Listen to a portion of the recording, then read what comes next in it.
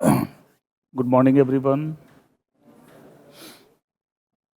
Uh, First of all, let me congratulate each one of you for passing the foundation exam and promoted to the next level, that is inter.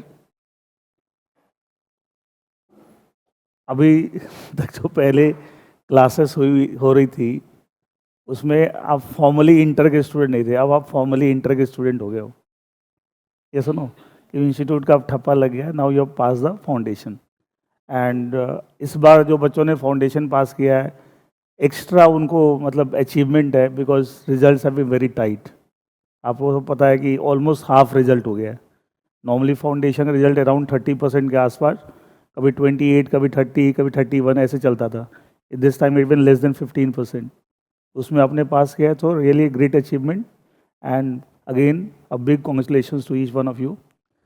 बेटा जो बच्चे online live है, आप सबको भी बहुत बहुत आप सब बधाई के पात्र हैं कि आप लोगों ने इस बार फाउंडेशन पास किया, बड़ी बात है। वैभव सर से भी डिस्कशन हो रही थी कि सब इस बार फाउंडेशन का रिजल्ट इन्होंने बहुत टाइट किया है। बट एनीवे, आप सब तो सक्सेसफुल हैं, अच्छी बात है। जो बच्चे ऑनलाइन लाइव है, सब सुन पा रहे हैं मुझे? मैं ऑडिबल, आवाज़ क्लियरली आ रही है?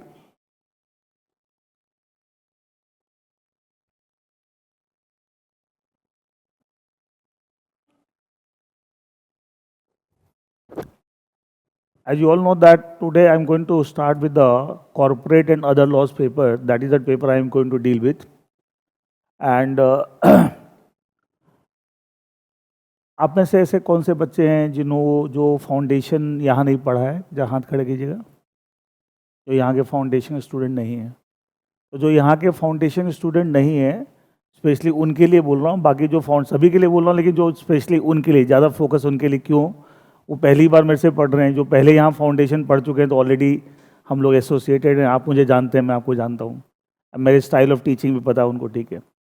लेकिन जो नए बच्चे हैं उनके लिए स्पेशली एक जो भी अब टॉपिक पढ़ेंगे तो बहुत ध्यान से कॉन्सेप्ट्स को समझना है। कि मैं थोड़ा कॉन्सेप्ट्स पे बेस ज़्यादा पढ़ाई कराता हूँ, ठीक है। क्वेश्चन हम करेंगे बाद में, but first understand each and every concept in detail. और कोई भी डाउट हो, कोई भी क्वेश्चन हो, कोई भी क्वेरी हो, जस्ट रेज योर हैंड।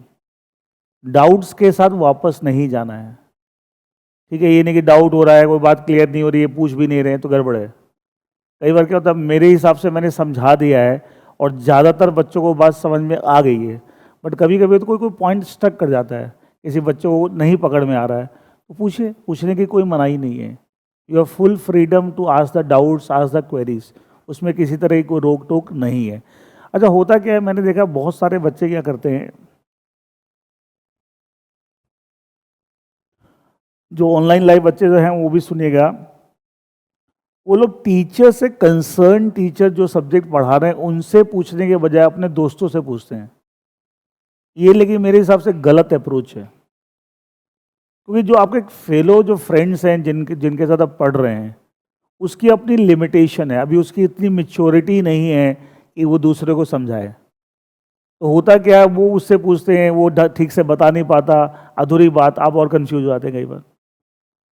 हाँ, कभी है कि टीचर अवेलेबल नहीं है कोई चीज़ तो अलग बात है, but when the teacher is available तो ask the doubt directly from the teacher, is always a better approach. तो इसलिए घबराना नहीं है, कोई भी डाउट्स के साथ वापस नहीं जाता। Have complete freedom to ask the doubts. Clear है? आज क्योंकि पहली क्लास है तो आज मैं जो पेपर हम डिस्कस करेंगे, अच्छा आई थिंक आप लोगों को जो ग्रुप में मैसेज मिल गया हो, जो बच्चे थोड़े बहुत पहले से आ रहे थे, हम जीरो लेवल से दोबारा स्टार्ट करें, क्योंकि ज़्यादातर बच्चे पहले थे नहीं। आप में से कितने बच्चे, आई थिंक आप थे, आप भी थे, आप थे, इधर से आप थे, आप भी शायद एक आध दिन आए थे फिर गायब हो गए थे, मुझे लगता है। नहीं, उनकी बात कर रहा हूँ। हाँ, क्या सिर्फ 2 क्लास की थी? वही मतलब कुछ ऐसे ही। आई थिंक मेरे टोटल 5 लेक्चर हुए थे, एंड उसमें भी कभी कोई आया, कभी नहीं आया, ठीक है। एंड क्योंकि ऑल्टरनेट क्लास हो रही थी, लेकिन अब आपको अनाउंस हो गया और डेली क्लास है, अब डेली क्लास ऑफ लॉ, ठीक है। फर्स्ट आपकी टैक्सी क्लास है 7:30 to 9:30, 10 to 12 आपका लॉ की क्लास है। उसके बाद अकाउंट्स के व्यवस्था ने, आज तो शायद उनकी लाइव क्लास है, और उसके बाद आपकी रिकॉर्डिंग, जैसे सर ने बताया आपको, ठीक है। तो मैं पहले का एक बार भूल जाइए, जो 4-5 लेक्चर हुए, कोई बात नहीं, जो बच्चे पहले पढ़ भी लिए तो एक रिवीजन हो जाए, कोई बात नहीं ऐसा। और you have attempt in May 2025, we have lot of time, कोई मारा मारी समय की भी नहीं है कि भाई मई 2025, अभी हम अगस्त 2024 में बैठे हैं, we have lot of time. तो मैं जीरो लेवल से स्टार्ट कर रहा हूँ, जो 4-5 लेक्चर उससे कोई मतलब नहीं है, सब कुछ हम जीरो लेवल स्टार्ट करें, ठीक है। तो आज का एजेंडा, आज की क्लास का एजेंडा ये है कि today I am going to discuss the overall what the paper is, what are the contents, what is the syllabus, what is examination paper structure, वो सारी बातें हम डिस्कस करेंगे, क्लियर है, ठीक है।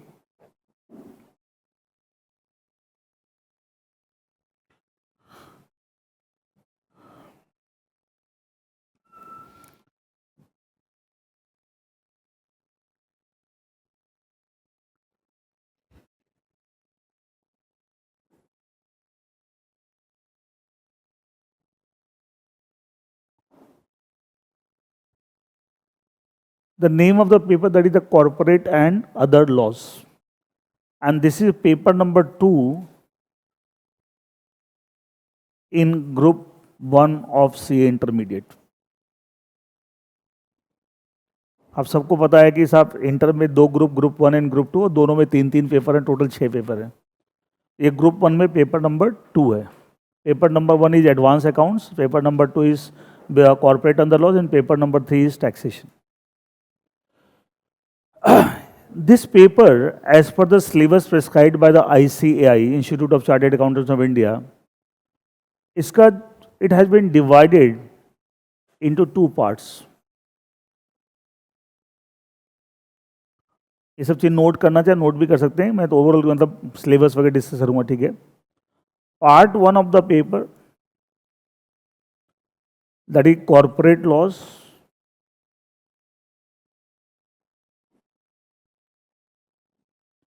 and it has got the weightage of 70 marks। Part 2 of the paper, it has got the weightage of 30 marks, that is the other laws, corporate law and other laws। That's why accordingly the name of the paper is corporate and other laws, clear। इसके 2 part हैं, part 1 corporate loss, part 2 other laws, 70 marks and 30 marks, clear. जो part 1 of the paper है corporate loss का syllabus क्या है, देखिए what is the syllabus of part 1 of the paper, that is, and जिसका नाम क्या है, कॉर्पोरेट लॉस। आवाज एकदम क्लियर आ रही है ना, इको तो नहीं कर रही आवाज। First we have chapters 1 to 10 of Companies Act 2013।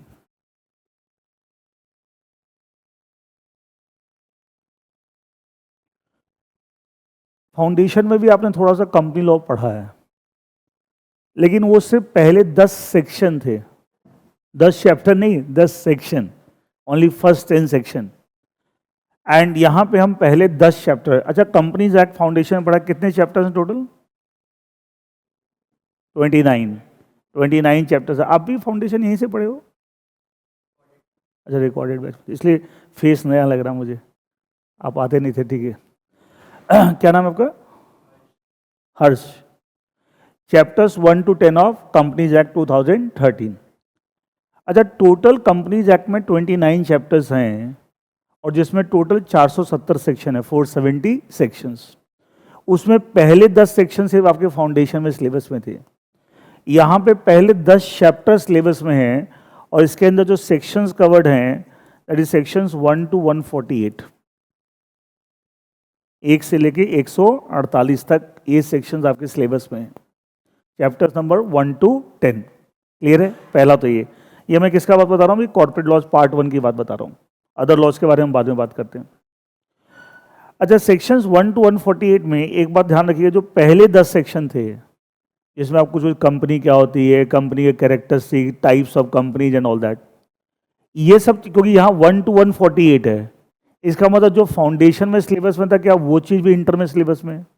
Obviously बात है, वो भी इंटर, लेकिन वो भी इंटर में हम और ज़्यादा डिटेल में बात करेंगे। फाउंडेशन में पहले 10 सेक्शन में और ज़्यादा डिटेल में। जैसे एक छोटा सा एग्जाम्पल मैं देता हूँ। फाउंडेशन में जब आप एक क्लासिफिकेशन पढ़ते थे, types of company on the basis of liability of members towards the company. तो पढ़ते हैं company limited by share, limited by guarantee and unlimited, यही तीन पढ़ते थे। अब हम लिमिटेड बाय गारंटी को भी दो पार्ट में डिवाइड करेंगे, having a share capital, not having a. या तो कुछ मैंने फाउंडेशन जो बच्चे यहाँ पढ़े हुए हैं उनको थोड़ा सा हिंट दिया था कि इंटर में ऐसी चीज़ आएगी। Company limited guarantee unlimited company, उसमें भी दो, हैविंग शेयर कैपिटल, नॉट। तो देखा जाए हम 5 केस बना देंगे। मैं खाली एक एग्जांपल दे रहा हूँ कि जितना फाउंडेशन मतलब उतने टॉपिक्स में भी हम और डिटेलिंग करेंगे, और ज़्यादा डिटेलिंग करेंगे उतना ही नहीं है, क्योंकि फाउंडेशन इंटर ऑब्वियसली लेवल तो बढ़ेगा ना। तो वो सारे टॉपिक फाउंडेशन के इंटर में भी विथ मोर डिटेल्स और ज़्यादा डिटेल्स में डिटेल आपको डिस्कस करेंगे। इसलिए जो बच्चों ने फाउंडेशन में कंपनी लॉ तो सिलेबस में तो था ही, लेकिन क्या होता, पढ़ा, एग्जाम दिया, रिटेन नहीं होता, भूल जाते हैं। तो एक तो क्या, जो बच्चों ने ढंग से ही पढ़ा उनके लिए अच्छे से, और प्लस हम डिटेलिंग बढ़ाएंगे और ज़्यादा डिटेल में। दूसरी बात, जिन्होंने नहीं भी पढ़ा है फाउंडेशन, कई बच्चों ने फाउंडेशन में तो कुछ कुछ टॉपिक को लाइट ही ले लेते हैं, वो तो कभी सेलेक्टिव पढ़ लेते हैं, ठीक है। तो उनके लिए भी कि साहब मैं ये मान के चलूँगा कि आपको कुछ नहीं आता, इसलिए कोई बच्चा सोचे कि सर हमने तो यहाँ से फाउंडेशन नहीं पढ़ा, तो मैं कोई एजम्पशन पे नहीं पढ़ाऊँगी आपको फाउंडेशन में पहले से आता है, मैं ये मान के चलूँगा कि आपको कंपनी लॉ नहीं आता है, ऐसा उस तरीके से पढ़ाऊँगा जीरो लेवल से, ठीक है। इसलिए अगर आप भूल गए हैं, अगर पढ़ा भी था या जिसने पढ़ा ही नहीं है, तो उन किसी को भी किसी को टेंशन नहीं है कि हम पैसे पढ़ेंगे जैसे कि आप पहली बारी कंपनी लॉ पढ़ रहे हैं, पहली बारी कंपनी लॉ। और ऑब्वियसली पहले 10 सेक्शन के बाद तो सब कुछ क्या नया, ये सब कुछ क्या है नया। और पहले 10 सेक्शन में भी बहुत सारी चीज़ें आपको नई नजर आएगी जो आपने फाउंडेशन में नहीं पढ़ी, क्योंकि डिटेलिंग यहाँ पे क्या है, बहुत ज़्यादा है। फाउंडेशन और इंटर है, क्लियर। अगर मोटा मोटा अगर तुम देखोगे तो 100 नंबर का जो पेपर है, उस 100 नंबर के पेपर में करीब 50 नंबर सिर्फ यही है, सिर्फ 50 नंबर यही है। तो मैंने लिखने के लिए पॉइंट लिख दिया है, लेकिन बहुत ज़्यादा चीज़ हमें इसमें बात करनी है, ठीक है। एंड इसमें टाइम भी बहुत ज़्यादा लगेगा, ऑब्वियसली लगे। पहले 10 चैप्टर, सेक्शन 1 to 148। नंबर 2,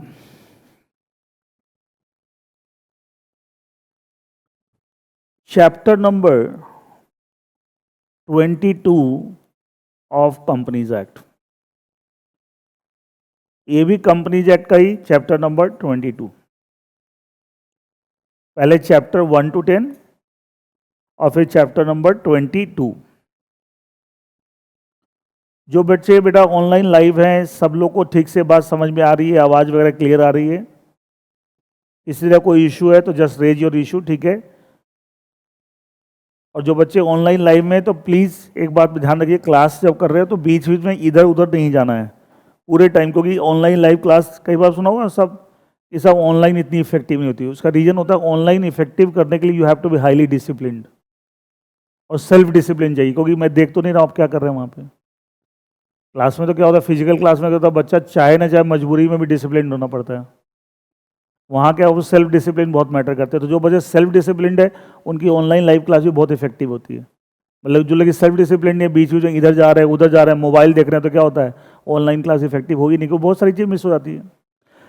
देखिए चैप्टर 22 जो है ये क्या है, ये भी कंपनी है, मतलब ये पहले 10 चैप्टर तो पूरे एक लाइन से हैं। ये क्या है मैं इसके बारे में थोड़ी देर में चर्चा करूँ आज की क्लास में ही। एंड इसमें जो सेक्शंस हैं 379 to 393A, section 379 to 393A। खाली ब्रीफ में एक चीज बताता हूँ, आपने फाउंडेशन में फॉरेन कंपनी के बारे में पढ़ा है, डेफिनेशन पढ़ी थी, सेक्शन 2 क्लॉज 42। क्या डेफिनेशन थी कि साहब foreign company means a company or body corporate incorporated outside India. कहाँ बनी है, इंडिया के बाहर, किसी भी कंट्री में अदर देन इंडिया। और इंडिया में या तो उसका प्लेस ऑफ बिजनेस है, कोई ब्रांच ऑफिस समथिंग लाइक, या इंडिया में किसी तरह से बिजनेस एक्टिविटी कर रही है, then it is called as a foreign company. ये जो चैप्टर 22 के जो प्रोविजन है वो फॉरेन कंपनी कॉन्टेक्स्ट में है, अभी मैं बताऊंगा डिटेल में। एंड किसी कॉन्टेक्स्ट में, इन द कॉन्टेक्स्ट ऑफ। अच्छा, आपने फाउंडेशन में खाली क्या डेफिनेशन पढ़ी थी फॉरेन कंपनी के, सेक्शन 2 क्लॉज 42। लेकिन जो फॉरेन कंपनी के डेफिनेशन में कंपनीज कवर होती है एज पर सेक्शन 2 क्लॉज 42, उनको रेगुलेट करने के लिए कि उनको क्या क्या चीज़ फॉलो करनी पड़ेगी, क्या उसके प्रोविजन पढ़े थे? खाली तो डेफिनेशन पढ़ी थी, वो प्रोविजन कहाँ पे रखे हैं? चैप्टर नंबर 22 ऑफ कंपनी, कहाँ दे रखे, chapter number 22 of companies act यहाँ दे रखे हैं। एंड ये भी आपके सिलेबस में, ये आपके सिलेबस में, इट मीन्स फाउंडेशन में you have come across only the definition of foreign company बस। नाउ उन फॉरेन कंपनी पे क्या क्या नॉर्म्स लगेगी, उन्हें क्या क्या चीज़ फॉलो करनी है, वो कहाँ दे रखे हैं, चैप्टर 22 ऑफ कंपनीज एक्ट में वो प्रोविजन दे रखे हैं। वो भी आपके सिलेबस का पार्ट है, वो भी आपके सिलेबस का पार्ट है in part 1 of the paper, that is the corporate law. तो देखिए ये भी कंपनीज एक्ट चैप्टर नंबर 22। तीसरा, लिमिटेड लाइबिलिटी पार्टनरशिप एक्ट 2008, जो शॉर्ट में बोलते हैं LLP एक्ट। ये भी आपका corporate law part 1 of the paper का सिलेबस का पार्ट है। LLP एक्ट भी आपने फाउंडेशन में पढ़ा है, लेकिन अगेन वो सिर्फ एक ओवरव्यू था। यहाँ पे काफ़ी डिटेल में है, यहाँ पे काफ़ी डिटेल में है लिमिटेड लाइबिलिटी पार्टनरशिप एक्ट 2008। तो ये तीन ब्रॉडली हम तीन पार्ट में डिवाइड करते हैं। पार्ट 1 का जो सिलेबस है 3 टॉपिक्स, एंड कहने के लिए 3 टॉपिक ये बहुत बड़ा अपने आप में बहुत बड़ा टाइम लगेगा इसके अंदर, ठीक है। एंड इसके अंदर खाली आई थिंक ये जो है इसके अंदर only for this portion chapter 1 to 10 it will take around 60-65 lectures of 2 hours. तो कहने के लिए आपको एक लग रहा है एक पॉइंट मैंने लिख दिया, but it will take lot of time. तो यहाँ पे ये 3 चीज़ें आपको देखिए हम पढ़ेंगे in the corporate law part 1 of the paper. अच्छा, एक और चीज़ को इसका नाम कॉर्पोरेट लॉ क्यों रखा? अच्छा, एक टर्म ध्यान है, बॉडी कॉर्पोरेट, ध्यान है?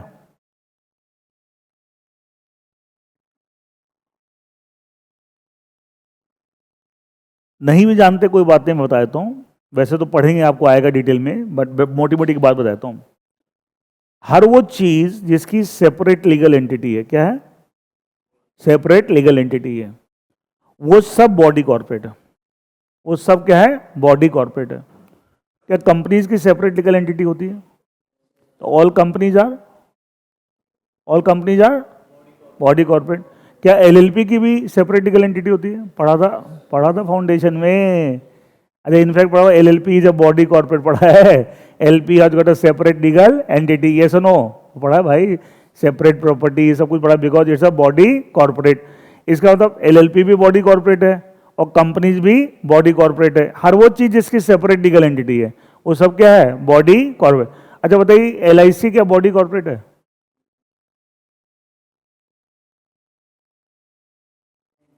है ना बेटा?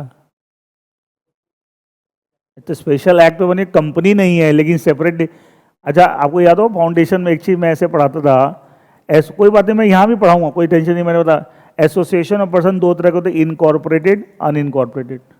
और इनकॉर्पोरेटेड जो भी है उन सब की क्या होती है? Separate legal entity. और वो भी 2 तरह के होते हैं, कंपनी लॉ में जो बनते हैं कंपनी, और जो under special act of parliament statutory body like LIC, UTI, in fact ICAI institute, वो भी क्या है? बॉडी कॉर्पोरेट है। ये भी क्या है? Body corporate. तो आपके सिलेबस में जो कॉर्पोरेट, बॉडी कॉर्पोरेट से कॉर्पोरेट वर्ड लगाया है, तो देखा जाए जो भी चीज सिलेबस में है, ये कंपनीज के लिए, ये भी कंपनी के लिए, फॉरेन कंपनी के लिए, और ये किसके लिए? LLP, सब बॉडी कॉर्पोरेट है ना? ये सुनो, सब क्या है? बॉडी कॉर्पोरेट है। इसे देखो टॉपिक का नाम, का पार्ट 1 का नाम क्या रखा है? Corporate laws. इसको कई बार ऐसे भी लोग लिख देते हैं, company law and LLP law. अच्छा, कॉर्पोरेट लॉ में क्या कवर कर रखा है? कंपनी लॉ कुछ हिस्सा, नॉट इंटायर कंपनीज एक्ट कुछ हिस्सा, एंड LLP लॉ। तो कई बार ऐसे भी सिलेबस लेते, company law and LLP law. LLP law deals with the LLPs which are body corporate and company law deals with the company which are again a body corporate। तो इसका जो भी सिलेबस है वो क्या है? पार्ट 1 ऑफ द पेपर, वो क्या है? कॉर्पोरेट से रिलेटेड है, बॉडी कॉर्पोरेट से रिलेटेड। नाम क्या रख दिया? Corporate laws. Is that okay? Now move on to the part 2 of this paper, that is the other laws, 30 marks.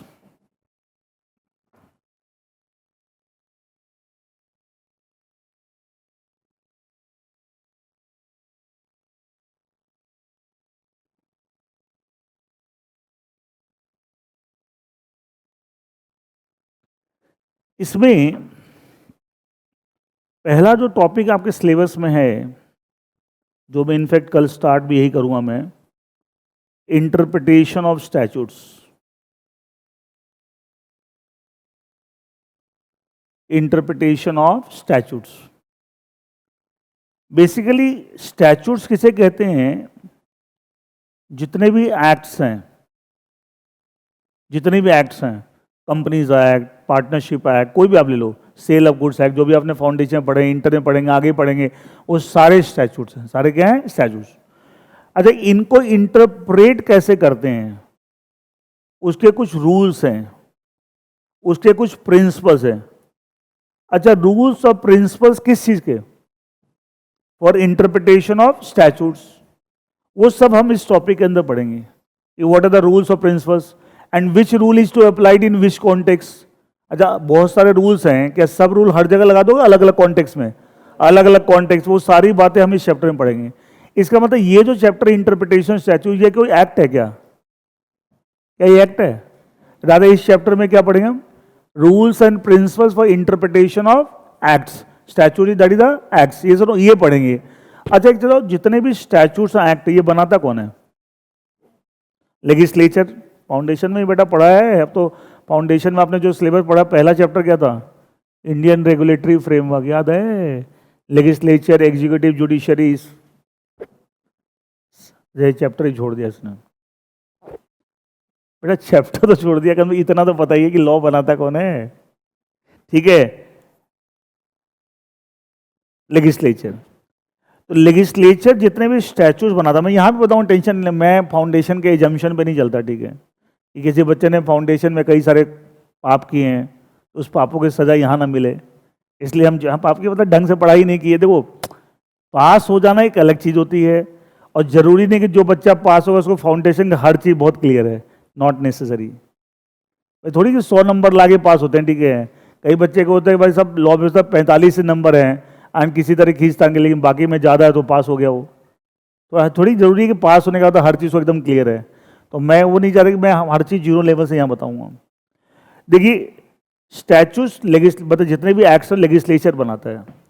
अच्छा, आपको क्या लगता है लेजिस्लेचर जब स्टैट्यूट्स बनाता है, जितने भी एक्ट्स बनाता है, क्या इनको बनाते समय कुछ रूल्स और प्रिंसिपल्स को दिमाग में रखते हुए उन्होंने बनाया होगा? है ना? अच्छा, वो रूल्स और प्रिंसिपल्स को क्या हमें ध्यान में रखते हुए लॉ को इंटरप्रेट करना है? ये सुनो, इसका मतलब अगर आई am not aware about those rules and principles, मुझे उसकी जानकारी नहीं है, तो क्या मैं सही इंटरप्रिटेशन कर पाऊंगा? इसका मतलब क्या सही कम्युनिकेट ही नहीं हो पाएगी। वो क्या सोच के उन्होंने लॉ बनाया है, किन सिद्धांतों को, प्रिंसिपल्स को ध्यान में रख के लॉ बनाया है, and I am not aware about the rules of principle, I can not do the good interpretation. मैं उल्टी सीधी इंटरप्रिटेशन करने लग जाऊंगा। तो ये सारे rules of principles which the legislature also follows while making the law, which we also need to follow while interpreting the laws, ये सब हम इस चैप्टर में पढ़ेंगे। तो ये कोई एक्ट नहीं है, इट इज टॉपिक। एंड इसलिए सबसे पहले मैं यही, अच्छा बताइए, आप कंपनीज एक्ट के पहले 10 चैप्टर पढ़ेंगे, क्या स्टैट्यूट्स की इंटरप्रिटेशन करनी है, जो भी उसके कंटेंट सेक्शन 1 to 148। लेकिन सबसे पहले हमें ये पता नहीं पढ़ते कैसे हैं, हाँ है ना, लॉ इंटरप्रेट कैसे करते हैं, और उसके सारे प्रिंसिपल और रूल्स कहाँ पढ़ेंगे? इस चैप्टर में। तो क्या सबसे पहले हमें स्टार्ट यहीं से करना चाहिए? सुनो, इसलिए कल हमारी क्लास, जो आज तो मैं पूरा पेपर के बारे में डिस्कशन करूंगा, कल की क्लास हमारी स्टार्ट यहीं से होगा, इंटरप्रिटेशन ऑफ स्टैट्यूट्स, इस चैप्टर से। सबसे पहले मैं ये बताऊँ जी, आप करते कैसे हैं, ये सुनो, लॉ को वो इंटरप्रेट करते कैसे हैं, उसे क्या नियम है, क्या सिद्धांत है, वही नहीं मुझे पता। अगर याद हो फाउंडेशन में कई बार मैं बोलता था ये चैप्टर फाउंडेशन में होना चाहिए। अगर याद हो कहीं मैंने फाउंडेशन में बोला था ये चैप्टर, इनफैक्ट फाउंडेशन में भी तो पूरा लॉ का पेपर था। अच्छा, पहले ओल्ड सिलेबस में 60 मार्क्स आता, तुम्हारे तो 100 नंबर का पेपर आपने पढ़ा है, उसके मेरे साथ तो फाउंडेशन में टॉपिक होना चाहिए। बट क्योंकि ये टॉपिक थोड़ा सा ना फिलोसफिकल है, अब उसको समझने के लिए थोड़ी मेच्योरिटी चाहिए, तो हो सकता है इंस्टीट्यूट को लगता होगा ये फाउंडेशन के बच्चे इसको पचा पाएंगे नहीं पचा पाएंगे, ठीक है, इसलिए आपको उस एंगल से हो सकता है इन्होंने इंटर में डाल दिया। बट ऑब्वियसली आप कोई भी लॉ पढ़ने जा रहे हैं तो लॉ पढ़ते कैसे हैं एंड यही नहीं पता, तो वो कहीं ना कहीं गड़बड़ हो जाती है। मैं कई सारी चीज़ें ना बीच में फाउंडेशन में भी बताता रहता था, यहाँ ये प्रिंसिपल लग रहा है, ये लगता है, तो बेसिकली इसी टॉपिक से हम डिस्कस करते थे। यहाँ पूरा फुल फ्लेज टॉपिक हम पढ़ेंगे, इंटरप्रिटेशन ऑफ स्टैट्यूट्स। दूसरा टॉपिक है यहाँ पे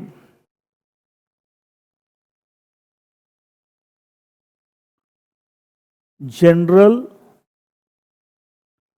clauses act 1897। General clauses act 1897। ये क्या एक्ट है, what is the nature of this particular act? इसमें दो बातें दे रखी हैं। एक, in general clauses act it is mentioned definition, rather general definition of some terms, general definition of certain terms,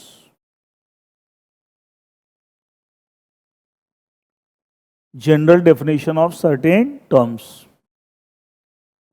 क्या मतलब इसका? लेट्स से हम कोई भी एक्ट इंटरप्रेट पढ़ें, कोई भी एक्ट,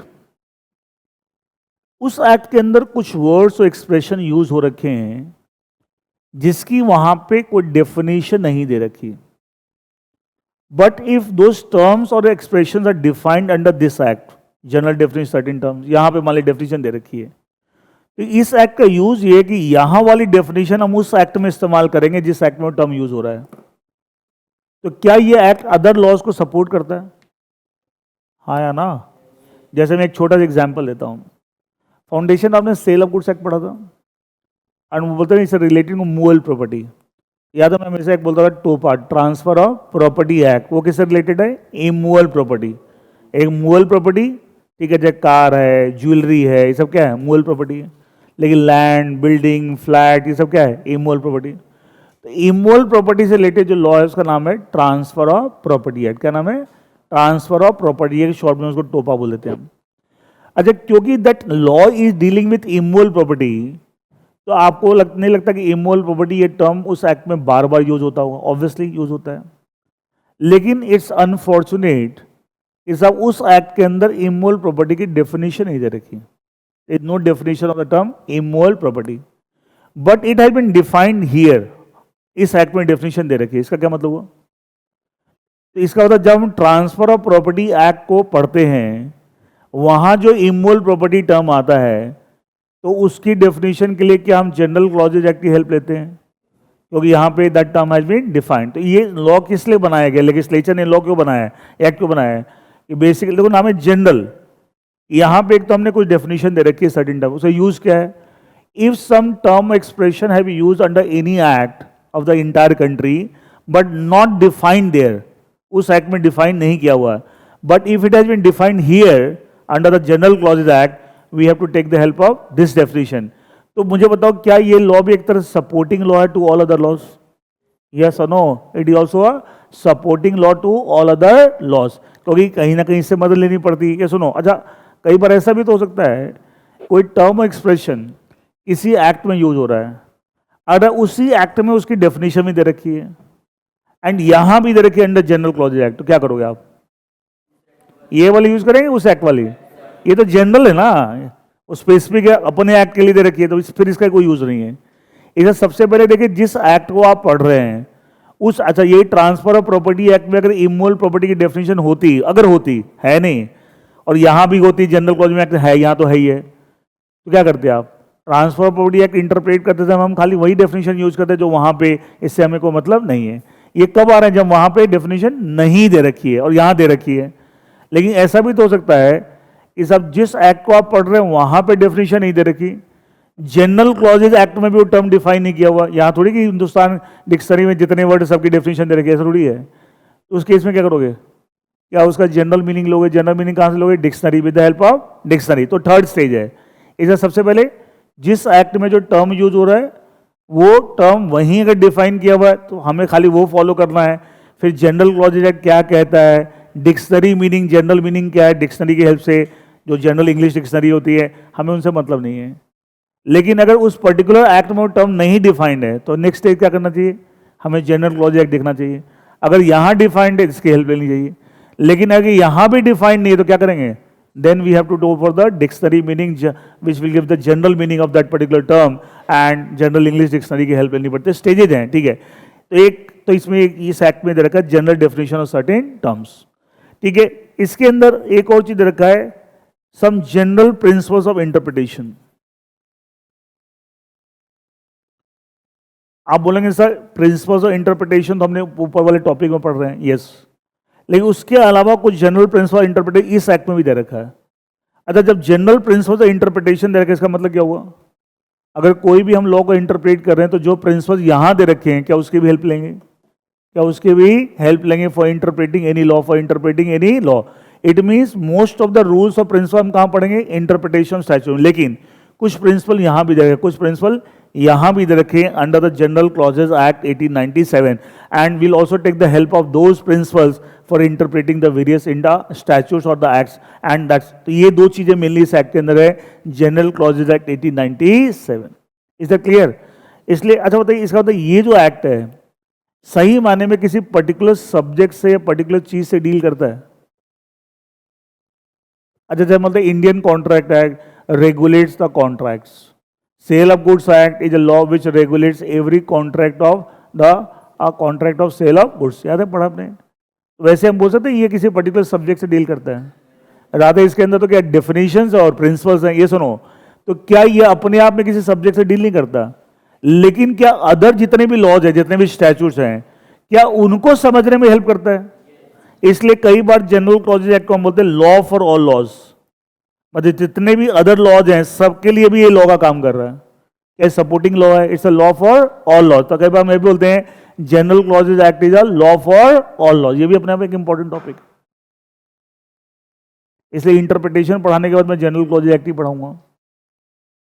इससे हमें बहुत सारी चीजें समझ मिलती है कि सब लॉ पढ़ते, प्रिंसिपल्स, डेफिनेशन, बहुत सारी चीजें यहां से पता लगी। इधर ओके? तो इसलिए कई बार इसको लॉ फॉर, और this act is also called law, is a law for all other laws. ठीक है, जितने भी लॉज है उनको लॉ का काम कर रहा है, उसको सपोर्ट कर रहा है, उसको सपोर्ट कर रहा है। तीसरा, अभी मैं खाली एक ब्रॉडली एक चीज बता रहा हूं कि तो क्या होता है, आप पेपर पढ़ना शुरू कर देते हैं, बच्चों को मैंने देखा पूरा पेपर पढ़ना शुरू कर दिया, कंटेंट से ठीक से नहीं पता क्या पढ़ रहा है, उनको ये टॉपिक हमने स्टार्ट किया, बट क्वेश्चन है ओवरऑल एक पेपर का एक दिशा तो पहले तय करें। हम अगले 3, 4, 5 महीने किस दिशा में चलेंगे, क्या क्या चीज पढ़ेंगे, एक ब्रॉड एक क्लास लगा, उससे क्या होता है हमें एक शुरू से एक चीज पता लगता है एग्जैक्टली हमें करना क्या अगले 4-5 महीने। Next that is the third is that is the foreign exchange management act 1999, in short we call it the FEMA, Foreign Exchange Management Act 1999, in short we call it the FEMA। देखिए इस law का क्या nature है, what is the nature of this law, foreign exchange management act 1999, in short हम बोलते हैं सो FEMA। कोई भी आप ट्रांजेक्शन ले लीजिए, एनी ट्रांजेक्शन, उसके ऊपर जो भी लॉ अप्लाई होता है वो लगेगा, लेकिन उस ट्रांजैक्शन में अगर कोई इंटरनेशनल एस्पेक्ट आ गया, क्या आ गया, इंटरनेशनल एस्पेक्ट। अच्छा, इंटरनेशनल एस्पेक्ट कब होता है, जब दो लोग के बीच में ट्रांजैक्शन हो रही है और वो दो में से एक इंडिया में और एक बाहर है, तब तो इंटरनेशनल है, आया ना। अच्छा बताइए, export is a domestic trade और इंटरनेशनल ट्रेड? एक्सपोर्ट जो है क्या वो डोमेस्टिक ट्रेड का एग्जाम्पल है या इंटरनेशनल ट्रेड का? तो एक्सपोर्ट में कोई एक माल माल बेचने वाला इंडिया का है, अगर हम अपने लिए एक्सपोर्ट बोले हैं, और खरीदने वाला क्या है, बाहर का, इंटरनेशनल हो गया ना। ये सुनो, ऐसे import is again a international trade, why, because खरीदने वाला इंडिया का और बेचने वाला बाहर का। ये सुनो, तो जब भी किसी ट्रांजेक्शन में इंटरनेशनल का मतलब क्या है, इस one party is of India, another party is outside India, and ऐसे मतलब कहीं ना कहीं दो कंट्री के बीच में ट्रांजेक्शन हो रही है, तो ऐसे ट्रांजेक्शन करते हैं, इंटरनेशनल एस्पेक्ट। तो कोई भी transaction when there is international aspect, तो उस ट्रांजेक्शन पे जनरली जो लॉ लगता है वो तो लगेगा ही लगेगा। इन एडिशन टू दैट क्या लगेगा, FEMA। क्या लगेगा, FEMA। तो what is the nature of this law FEMA? कि whenever we do any transaction and if the transaction has got some international aspect and international dimension is there in that transaction, मैं example भी दूंगा, then whatever the law which regulates that transaction, that law will apply। in addition to that क्या होगा, FEMA will also apply, FEMA भी apply होगा, FEMA भी वहां पे अप्लाई होगा, फॉरेन एक्सचेंज मैनेजमेंट एक्ट भी अप्लाई होगा। That is the nature of this particular law. तो इसका तो ये क्या लॉ किसी दूसरे लॉ को सब्स्टिट्यूट करता है, ये एडिशनल लॉ है, एडिशनल सब्स्टिट्यूट नहीं कर रहा है। सब्स्टिट्यूट का मतलब कि वो लॉ की जगह ये लगे, ऐसा नहीं मैंने बोला है, मैंने कहा जो लॉ लगता है वो लगेगा है, साथ में क्या लगेगा, फेमा लगेगा। इसका मतलब ये सब्स्टिट्यूटिंग लॉ है या एडिशनल लॉ है? Additional law. क्या है? मैं एक एग्जांपल देता हूं। एक इंडियन कंपनी, इंडिया में जितनी भी कंपनीज हैं, अगर वो डिविडेंड पे करती है अपने शेयर होल्डर को, आई होप अंडरस्टैंड करते डिविडेंड।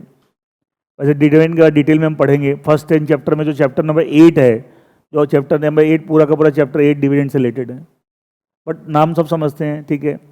अगर इंडियन कंपनी अगर अपने शेयर होल्डर को डिविडेंड पे कर रही है, अच्छा, क्या एक इंडियन कंपनी के जितने भी शेयर होल्डर हैं, क्या उसमें कुछ शेयर होल्डर इंडिया के कुछ बाहर के भी हो सकते हैं? हाँ, है ना। अच्छा, अगर आप इंडियन शेयर होल्डर को डिविडेंड पे कर रहे हैं तो there is no international angle. तो उस केस में क्या वो डिविडेंड पेमेंट का जो ट्रांजैक्शन है, क्या उस पर कंपनी एक्ट लगे प्रोविजन? चैप्टर नंबर 8 अभी मैंने बताया, चैप्टर 8 पढ़ेंगे, पूरा डिविडेंड से रिलेटेड है।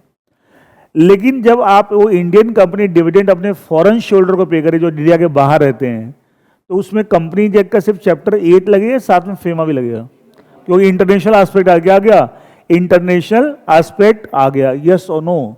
There is an international aspect, इसमें फेमा भी अप्लाई होगा in addition to the company act. अच्छा, आप इंडिया के अंदर ही आप अपनी फैमिली कहीं घूमने जाते हैं विद इन इंडिया, क्या इंडिया के टूरिज्म लॉ लगते हैं? टूरिज्म के भी लॉज होते हैं, ये सुनो। अच्छा बताओ, आप अपनी गाड़ी लेके जा रहे हैं, तो आप हाईवेज पे चलते हैं, तो जगह जगह टोल टैक्स होते हैं, तो सब टूरिज्म, सब कहीं ना कहीं, क्या कहीं और बहुत सारे दूसरे स्टेट में एंटर करते हैं, या कोई कॉमर्शियल गाड़ी लेके जाते हैं, होता है ना, भाड़े की गाड़ी है, कॉमर्शियल गाड़ी है, ठीक है, उसकी देखो ना, आपको नंबर प्लेट भी है ना येलो कलर की, आप देखते हो, ठीक है, तो देखना उनका रोड आपको अलग से स्टेट का टैक्स देना पड़ता है। तो सब टूरिज्म के अंदर सब चीज़ें, बहुत सारी चीज़ें आती हैं। लेकिन जब आप इंडिया से बाहर जाते हैं, तो क्या बाहर घूमने जाते हैं, तो क्या आपको जो 2 लॉज लगते हैं इंडिया में, तो लगेंगे, साथ में क्या लगेगा? फेमा भी लगेगा। क्या लगेगा? फेमा भी लगेगा। इंटरनेशनल एस्पेक्ट आ गया, आप यहाँ के रहने वाले बाहर घूमने जा रहे हैं। मैं ऐसे एग्जाम्पल एक छोड़ देता हूँ। अच्छा, विद इन इंडिया आप घूमते हैं, तो हर फैमिली के ऊपर डिपेंड करता है कि उनकी फाइनेंशियल कैपेबिलिटी क्या है, उसके हिसाब से पैसे खर्च करते हैं, बिकॉज स्पेंडिंग इन इंडियन रुपी। अब विद इन इंडिया जब करते हैं स्पेंडिंग इन इंडियन रुपी, लेकिन जब इंडिया से बाहर घूमने जाते हैं, are spending in Indian rupee और फॉरेन एक्सचेंज? Foreign exchange. अच्छा, इकोनॉमिक्स आपने पढ़ी है, क्या foreign exchange is one of the national asset?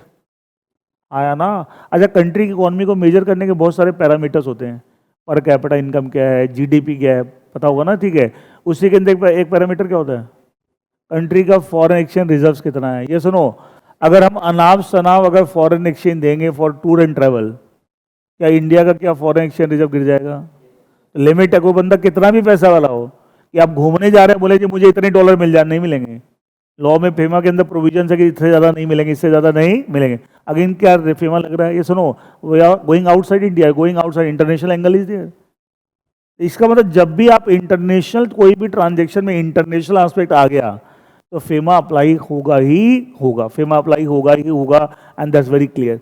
In addition to that law which regulates the transaction, वो तो लगेगा, और साथ में क्या लगेगा? फेमा लगेगा। क्लियर है? एक बार एक बच्चे से इंटरव्यू में पूछ लिया, tell me something about the FEMA, nature of this law. जवाब नहीं दे पाते बच्चे। अच्छा, जो बात अभी मैं बता रहा हूँ कि साहब ये लॉ क्या है, कहाँ अप्लाई होता है, एग्जाम में ऐसे क्वेश्चन आते हैं? एग्जाम में ऐसे क्वेश्चन आते हैं? नहीं आते। एग्जाम में तो ये बता दो, वो कंटेंट बता दो, वो कंटेंट फलाना सेक्शन क्या कहता है, डिगना सेक्शन। अब क्या होता है, बच्चे वही पढ़ते हैं जो एग्जाम में आता है। मैक्सिमम पढ़ाई ऐसी हो रही है आज के दिन, ये इतने नंबर का आता है, ये याद कर लो, वो इतने नंबर का आता है, लेकिन जो सब्जेक्ट पढ़ रहे हैं उसकी समझ तो है नहीं। अब वो इंटरव्यू में पूछा, tell me the nature about and what is the this nature of this law, वो जवाब नहीं दे पा रहा है। बोला सर ये डेफिनेशन बोल लो, मुझे याद है, मैंने ये सेक्शन याद है, लेकिन अरे भाई सेक्शन क्या हो जाएगा उससे? मैं बता दूं क्या चीज़ है। एक चीज़ बताओ, अच्छा ये फेमा जो है, यहाँ भी 3 टॉपिक है अदर लॉज में, interpretation of statute, general clauses act, FEMA, ये, और मैंने तीनों का ब्रीफली थोड़ा थोड़ा आपको बताया। अच्छा, ये जो टॉपिक है, जो पहले जो 2 टॉपिक थे, इंटरप्रिटेशन और जनरल क्लॉज एक्ट, ये भी ओल्ड सिलेबस में भी थे, न्यू में भी है, इसमें तो कोई चेंज नहीं आया।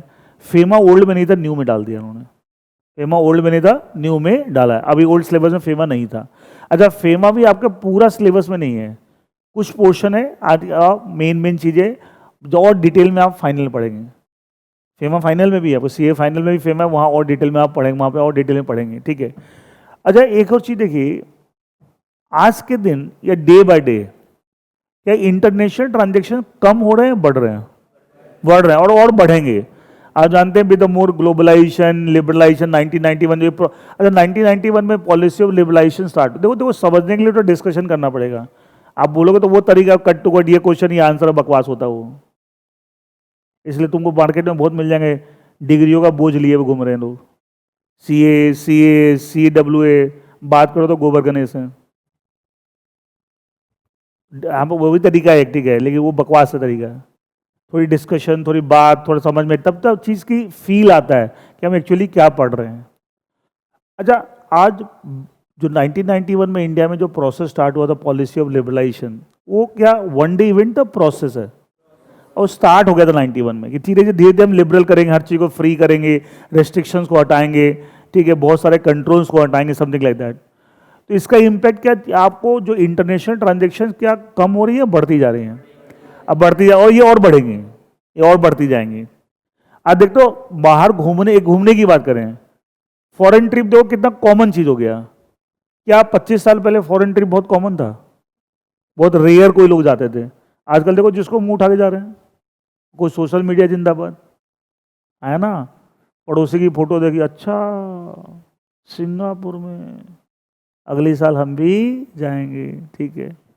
वो अलग बात है कि जाने के लिए पैसे नहीं है फिर भी जा रहे हैं, ये भी गड़बड़ है। चलो एक सोशल एंगल उसके अंदर, तो ठीक है। What I was saying that day by day international transaction बढ़ते जा रहे हैं, बाहर वाली कंपनियां इंडिया में इन्वेस्ट कर रही है, इंडिया वाली कंपनी बाहर जा रही है, lot of international transactions are happening.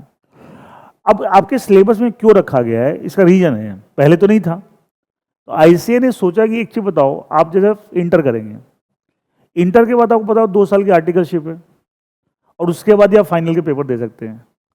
अब जब आर्टिकलशिप में हम जाओगे तो आप जहां भी आर्टिकलशिप करो, किसी कंपनी में या किसी सीए फॉर्म में, व्हाटएवर, ठीक है, तो वहां पे क्या आपको बहुत सारे जैसे सीए फॉर्म में क्लाइंट्स होंगे उनके, क्या उन क्लाइंट से कई सारे इंटरनेशनल ट्रांजेक्शन हो सकते हैं, या आप किसी कंपनी में आप आर्टिकलशिप करते हैं, वहां पे आपको क्या होता है, बहुत सारे इंटरनेशनल ट्रांजेक्शन हो रहे होंगे।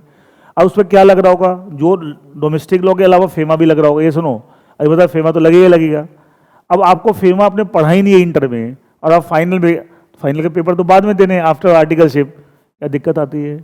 तो क्या कहीं ना कहीं आर्टिकलशिप भी इतनी इफेक्टिव नहीं होती, कहीं ना इंश्योरेंस हो जाए कि भाई ये सब चीज़ें आएंगी आर्टिकलशिप में, बच्चे ने कुछ पढ़ा ही नहीं इसके बारे में, तो उसको दिक्कत है कि समझ ही नहीं आया क्या ट्रांजेक्शन हो रही है। दैट्स वाई थोड़ा सा सिलेबस आपको इंटर में रखा, पूरा नहीं है, ठीक है, थोड़ा सा है फेमा, कुछ पोर्शन है, एंड और बाकी पोर्शन जो है वो आपको फाइनली पढ़ेंगे। लेकिन एक आइडिया, जिसे क्या होता है, आपको जब ट्रांजेक्शन आप अपनी आर्टिकलशिप में देखें तो at least you are able to understand what is happening, नहीं तो कुछ समझ ही नहीं आता, ब्लैंक है।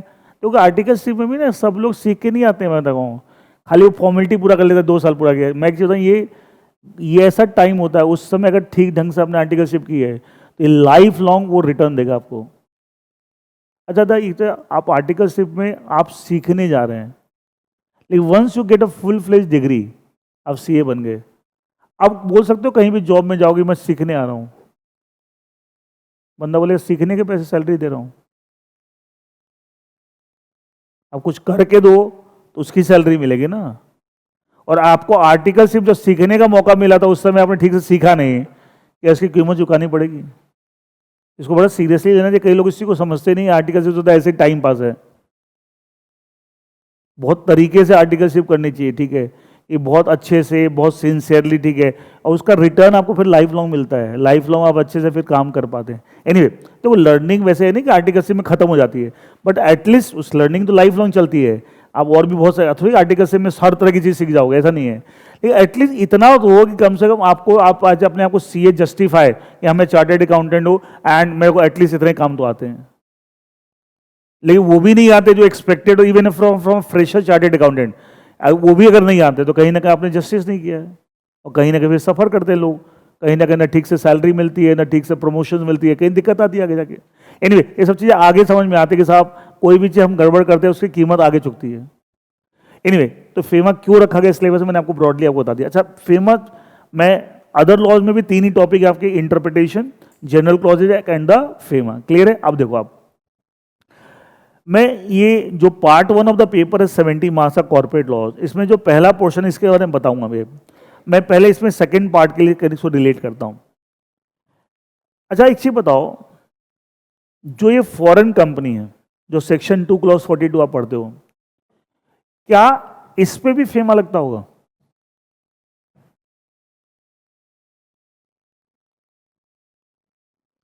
नहीं लगता होगा? लगता हो नहीं लगता बताओ? क्यों लगता होगा बताओ? अच्छा, फॉरेन कंपनी की डेफिनेशन क्या है? बनी कहाँ? इंडिया के बाहर।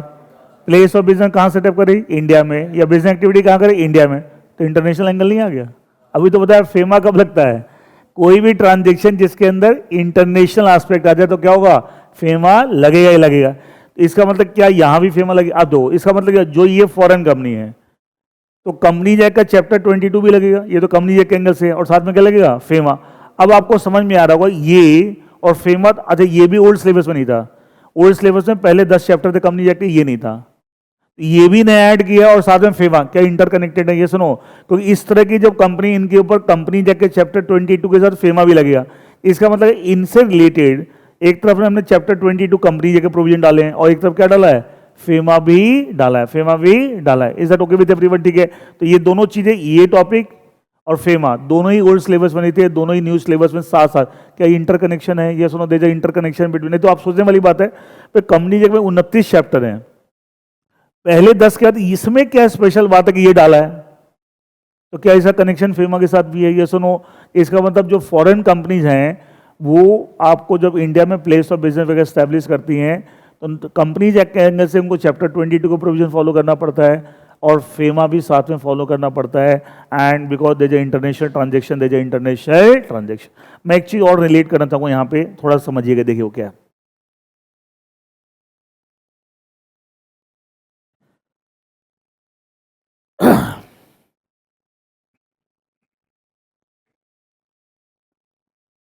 जो बाहर की कंपनीज हैं,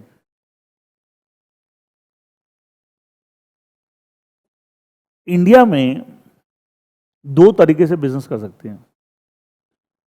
एक तो इंडिया में अपनी कोई ब्रांच ऑफिस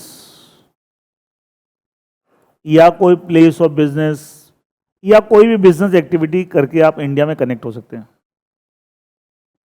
अच्छा, जब मैं लिख रहा हूं branch office, place of business या कोई बिजनेस एक्टिविटी इन इंडिया, तो क्या ये फॉरेन कंपनी इंडिया में कोई सेपरेट कंपनी बना रही है? अच्छा, जैसे आप लोग याद होगा कंपनी लॉ में आप बोलते हैं कि एक कंपनी का रजिस्टर्ड ऑफिस होता है, इसके अलावा सारे ब्रांच ऑफिस। इंडियन कंपनी की बात कर रहा हूं। अच्छा, वो ब्रांच रजिस्टर्ड ऑफिस तो इंडिया में होगा, अब ब्रांच ऑफिस इंडिया में भी हो सकता है, इंडिया के बाहर भी। वैसे ही मान लिया कोई कंपनी यूएसए की है, तो उसका जो मेन, जो भी उन कंट्री के लॉ में बोलते होंगे, रजिस्टर्ड ऑफिस बोलते हैं, क्या बोलते हैं, जो भी बोलते होंगे, हर कंट्री का अपना लॉ है, वो तो उनके कंट्री में होगा। उसकी ब्रांचेस क्या कहीं भी हो सकती है, अपने कंट्री में भी और अदर कंट्री में भी। हाँ, है ना? जैसे इंडियन कंपनी की ब्रांचें इंडिया में भी हो सकती है, इंडिया के ब्रांच ऑफिस है। और ये बता याद है, फाउंडेशन में बता रखा, मैं फिर से बता दूं, वैसे बताऊंगा अभी मैं आगे, कि according to in companies act, एक कंपनी का एक रजिस्टर्ड ऑफिस होता है और उसके अलावा सारे ऑफिस क्या कहते हैं? Branch office. क्या कहलाते हैं? ब्रांच। एंड ब्रांच ऑफिस है मे बी इन इंडिया और may be outside India, but registered office उल्टा करें, बाहर की कंपनी है, उनका रजिस्टर्ड अपने कंट्री में होगा और ब्रांच ऑफिस का होंगे कहीं भी हो सकते हैं। तो क्या ये ब्रांच ऑफिस ही है ना? वो फॉरेन कंपनी ने इंडिया में क्या सेटअप किया है? ब्रांच ऑफिस और प्लेस ऑफ बिजनेस। हाँ या ना? इसका क्या कोई सेपरेट कंपनी बनाई है? क्या सेपरेट कंपनी बनाई है क्या? नहीं, it's not a separate company, not a separate company. Clear है? अब देखो आप, ये जो आपने किया है, क्या यही कंसेप्ट हम सेक्शन 2 क्लॉज 42 में बात कर रहे हैं? अच्छा, सेक्शन 2 क्लॉज 42 में फॉरेन कंपनी की डेफिनेशन क्या है? अरे क्या है? Foreign company means any company or body को इनकॉर्पोरेटेड आउटसाइड इंडिया, बनी कहाँ है? इंडिया के बाहर, and which establish a place of business in India or doing some business activity in India. सब फिट हो गया नहीं हो गया? है ना? इसका मतलब ये जो बात कर रहे हैं, क्या ये सेक्शन 2 क्लॉज 42 वाले की बात कर रहे हैं? अरे हाँ ना तो बोलो यार। क्लियर है? अच्छा, एक दूसरा तरीका और भी हो सकता है, बाहर की कंपनी है इंडिया में बिजनेस करने के लिए, क्या एक नई कंपनी बना सकती है as per Indian company law as it subsidiary?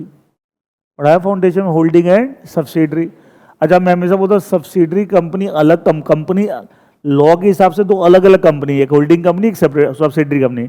लेकिन बिजनेस एंगल से मैं हमेशा क्या बोलता हूँ, सब्सिडरी का बिजनेस भी किसका बिजनेस होता है? होल्डिंग का।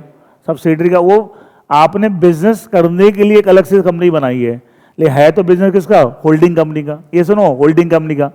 तो फॉरेन कंपनी भी क्या इंडिया में बिजनेस करने के लिए क्या अपनी सब्सिडरी कंपनी बना सकती है? हाँ या ना? क्या बना सकती है? Subsidiary company. जैसे इसका बेस्ट एग्जांपल है, जो इंडिया में आपने कंपनी का नाम सुना है हिंदुस्तान यूनिलीवर लिमिटेड, सब जानते हैं। HUL, इसका पहले नाम होता है Hindustan lever limited, now the name is Hindustan Unilever limited, नाम बदल गया था। ये सब्सिडरी है यूनिलीवर की। यूनिलीवर यूके की कंपनी है, इंडियन कंपनी नहीं है। अच्छा, यूनिलीवर को जब इंडिया में काम करना था, उसके लिए इंडियन लॉ के हिसाब से उन्होंने क्या किया? एक सब्सिडरी बनाई, और उसका नाम क्या है? पहले नाम था इसका Hindustan lever limited HLL, now the name has been change to Hindustan Unilever limited HUL। Clear है? अब मुझे बताओ, क्या यहाँ पे फॉरेन कंपनी यूनिलीवर, ये तो यूके की कंपनी है, यूके में बनी, इंडिया में काम करने के लिए कोई ब्रांच खोला या सेपरेट कंपनी बनाई है? और उस पर अपना कंट्रोल रखा है। हु कंट्रोल्स हुम? Holding company control. तो ये होल्डिंग कंपनी है और ये सब्सिडरी है, इसका मतलब कंट्रोल अपना रखा है। तो एक तरीका ये है, ये सुनो, इसका बाहर की कंपनी इंडिया में बिजनेस करने के क्या दो मॉडल हैं? अरे हाँ ना तो बोल दो। एक तो सेपरेट कंपनी ना बना के खाली अपने एक ब्रांच ऑफिस खोल लिया यहाँ पे, ये सुनो। और दूसरा तरीका क्या है? एक सेपरेट कंपनी बनाई as a subsidiary, something like that, ये सुनो। क्लियर है? अब बताओ, कंपनीज एक्ट में जो आप कंपनी की डेफिनेशन पढ़ते हो, सेक्शन 2 क्लॉज 20, कंपनी की डेफिनेशन कहाँ पे है बेटा? एकदम ब्लैंक नहीं होना, इतना तो थोड़ा तो एक्सपेक्ट करता हूँ, ठीक है। जैसे CA इंस्टीट्यूट को बोलना पड़ेगा, भाई कैसे पास किया तुमने? तो वही बात तुमने बोलता ना, पास होना और डिग्री सब कुछ नहीं है, समझ डेवलप होना। और समझ नहीं है तो सब बेकार है, बता रहा हूं मैं आपको। देखो, ये सब डिग्री उग्री सब कागज के टुकड़े हो जाए, तो ये नहीं। समझ सबसे इंपॉर्टेंट, हर चीज समझ डेवलप होनी चाहिए। अच्छा, कंपनी की डेफिनेशन पढ़ी है सेक्शन 2 क्लॉज 20, क्या डेफिनेशन पढ़ी है? Company means a company. अच्छा, टेंशन मत लेना, मैं कंपनी के डेफिनेशन फिर दोबारा पढ़ाऊंगा, चैप्टर 1 to 10 में सब कुछ आएगा, स्टार्टिंग में सब आएगा। लेकिन थोड़ा बहुत हम एक्सपेक्ट कर रहे हैं, अभी कोई चीज़ रिलेट करना है। मेरे को टॉपिक नहीं पढ़ा, मैं तो एक चीज़ रिलेट कर रहा हूँ खाली समझाने के लिए। देखिए, company means a company incorporated formed and registered either under companies act 2013 और एनी प्रीवियस लॉ रिलेटेड, मतलब पहले के जो लॉ है, कंपनी 1956 या उससे पहले, ये है ना। अच्छा, इसका मतलब इसके अंदर जो कंपनी की डेफिनेशन दे रही सेक्शन 2 क्लॉज 20, क्या इसके अंदर खाली इंडियन कंपनी की बात कर रहे हैं? है ना। और कंपनीज एक्ट 2013 में कौन सी कंपनी, जो कंपनी बनी होगी कौन सी, वो इनको इंडियन कंपनी बोलोगे ना। या उससे पहले भी जो इंडिया के कंपनी लॉ थे उसमें जो बनी, क्या बोलोगे? इंडियन कंपनी, है ना। अब मुझे बताइए, क्या हिंदुस्तान यूनिलीवर क्या सेक्शन 2 क्लॉज 20 की डेफिनेशन में कवर होता है? ना। यूनिलीवर की बात नहीं कर रहा हूं मैं, खाली HUL की बात कर रहा हूं, ध्यान रखना। बच्चे ना सब चीज मिक्स कर देते हैं, ये अलग कंपनी अलग, इनको ये रिलेशनशिप है। हम बोलते हैं दो लोग हैं A और B, A is the father of B, B is the son of A। इसका तो क्या बंदे एक थोड़ी है, बंदे दो हैं, हम उनके रिलेशन की बात कर रहे हैं। तो दो अलग, मैं यूनिलीवर की बात नहीं कर रहा हूं, वो तो फॉरेन कंपनी है। लेकिन HUL तो इंडिया में बनी according to Indian law, and उसका कंट्रोल यूनिलीवर का है। तो वो होल्डिंग कंपनी है, सब्सिडरी है, HUL सब्सिडरी है। इसका तो क्या ये सेक्शन 2 क्लॉज 20 में फिट होती है? हाँ या ना, होती है। लेकिन जो फॉरेन, जो ऊपर जो है सेक्शन 2 क्लॉज 42, क्या ये कवर होती है? अरे होती है क्या? नहीं होगी ना, क्यों नहीं होगी? कंफ्यूज बन जाता है। सेक्शन 2 क्लॉज 42 में क्या डेफिनेशन है? विच इनकॉर्पोरेटेड आउटसाइड इंडिया। इतना कंफ्यूजन कहाँ है? अब वो क्या बोल रहा है? इंडिया में बनी, तो दोनों चीज एक साथ कैसे हो सकता है? दोनों एक साथ हो सकता है क्या? या तो इंडिया में बनी होगी या बाहर बनी होगी, एक ही चीज होगा ना। ये सुनो, इसका मतलब ये वाली जो कंपनीज की जो बात कर रहे हैं, क्या ये आपको सेक्शन 2 क्लॉज 20 में फिट हो सकती है? नो, वो अलग है और ये अलग है। ये सुनो, अब यहां ध्यान सुनना, बहुत ध्यान सुनना। कंपनीज एक्ट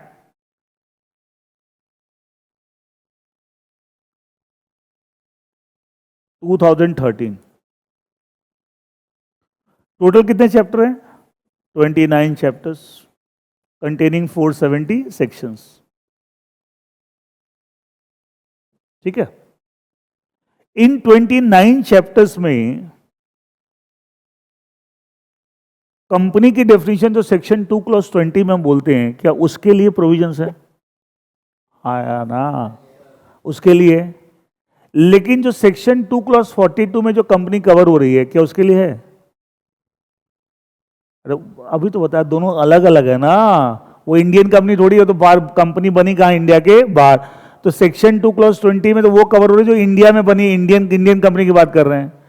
लेकिन एक चीज बताओ, एक कंपनी बनी मान लिया यूएस में, जर्मनी में, फ्रांस में, जापान में, कहीं भी, और इंडिया में अपनी ब्रांच ऑफिस खोल ली, तो व्हाट डू थिंक, क्या इंडियन कनेक्शन बन गया?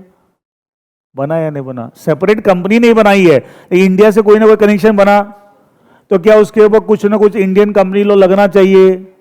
लेकिन क्या कंपनी की तो कंपनी लॉ तो किस पे लगता है? जो कंपनी है एज पर सेक्शन 2 क्लॉज 20, वो तो है नहीं है, लेकिन कुछ तो लगना चाहिए। तो लगने के लिए उन्होंने क्या किया है, जो पूरे 29 चैप्टर कंपनीज एक्ट में है, उसमें एक चैप्टर अलग कर लिया, चैप्टर नंबर 22, चैप्टर नंबर 22। और इसके अंदर स्टार्टिंग में लिख दिया है पूरा चैप्टर 22 फॉरेन कंपनी पे अप्लाई होगा। एंड कौन सी फॉरेन कंपनी? जिसका जो सेक्शन 2 क्लॉज 42 के हिसाब से फॉरेन कंपनी है। इसका मतलब क्या, चैप्टर 22 अलग से एक पूरा चैप्टर बनाया गया अंडर कंपनीज एक्ट, किसके लिए? वो कंपनी जो सेक्शन 2 क्लॉज 42 के हिसाब से क्या है, फॉर, अब उसके हिसाब से इंडियन कनेक्शन है। इंडियन कनेक्शन का मतलब ये नहीं कि कोई सेपरेट कंपनी बनाई, branch office, place of business या बिजनेस एक्टिविटी इंडिया में कर रहे हैं, तो कुछ ना कुछ तो लॉ, हम इंडियन लॉ लगाएंगे उसके ऊपर। तो उसके लिए कौन से प्रोविजन बना दिए हैं? चैप्टर 22 के प्रोविजन बना दिए हैं, ये आपको उसको रेगुलेट। और चैप्टर 22 के स्टार्टिंग में लिखा हुआ है कि साहब इस चैप्टर के जो प्रोविजन सिर्फ किसके लिए हैं? फॉरेन कंपनी के लिए। फॉरेन कंपनी का मतलब किससे लेना है? Section 2 clause 42। अभी मैंने शुरू में क्या बताया था, आपने फाउंडेशन में खाली डेफिनेशन पढ़ी है, बट इनको एक कंपनी जब के क्या क्या प्रोविजन लगे हैं वो कहां दे रखे हैं? चैप्टर 22 में। अच्छा, अब एक दो, जो फॉरेन की कंपनी है और इंडिया में बिजनेस करने का दूसरा मॉडल, इंडिया में अगर अपनी सब्सिडरी बनाती हैं, तो क्या वो सब्सिडरी जो बनाई वो क्या है?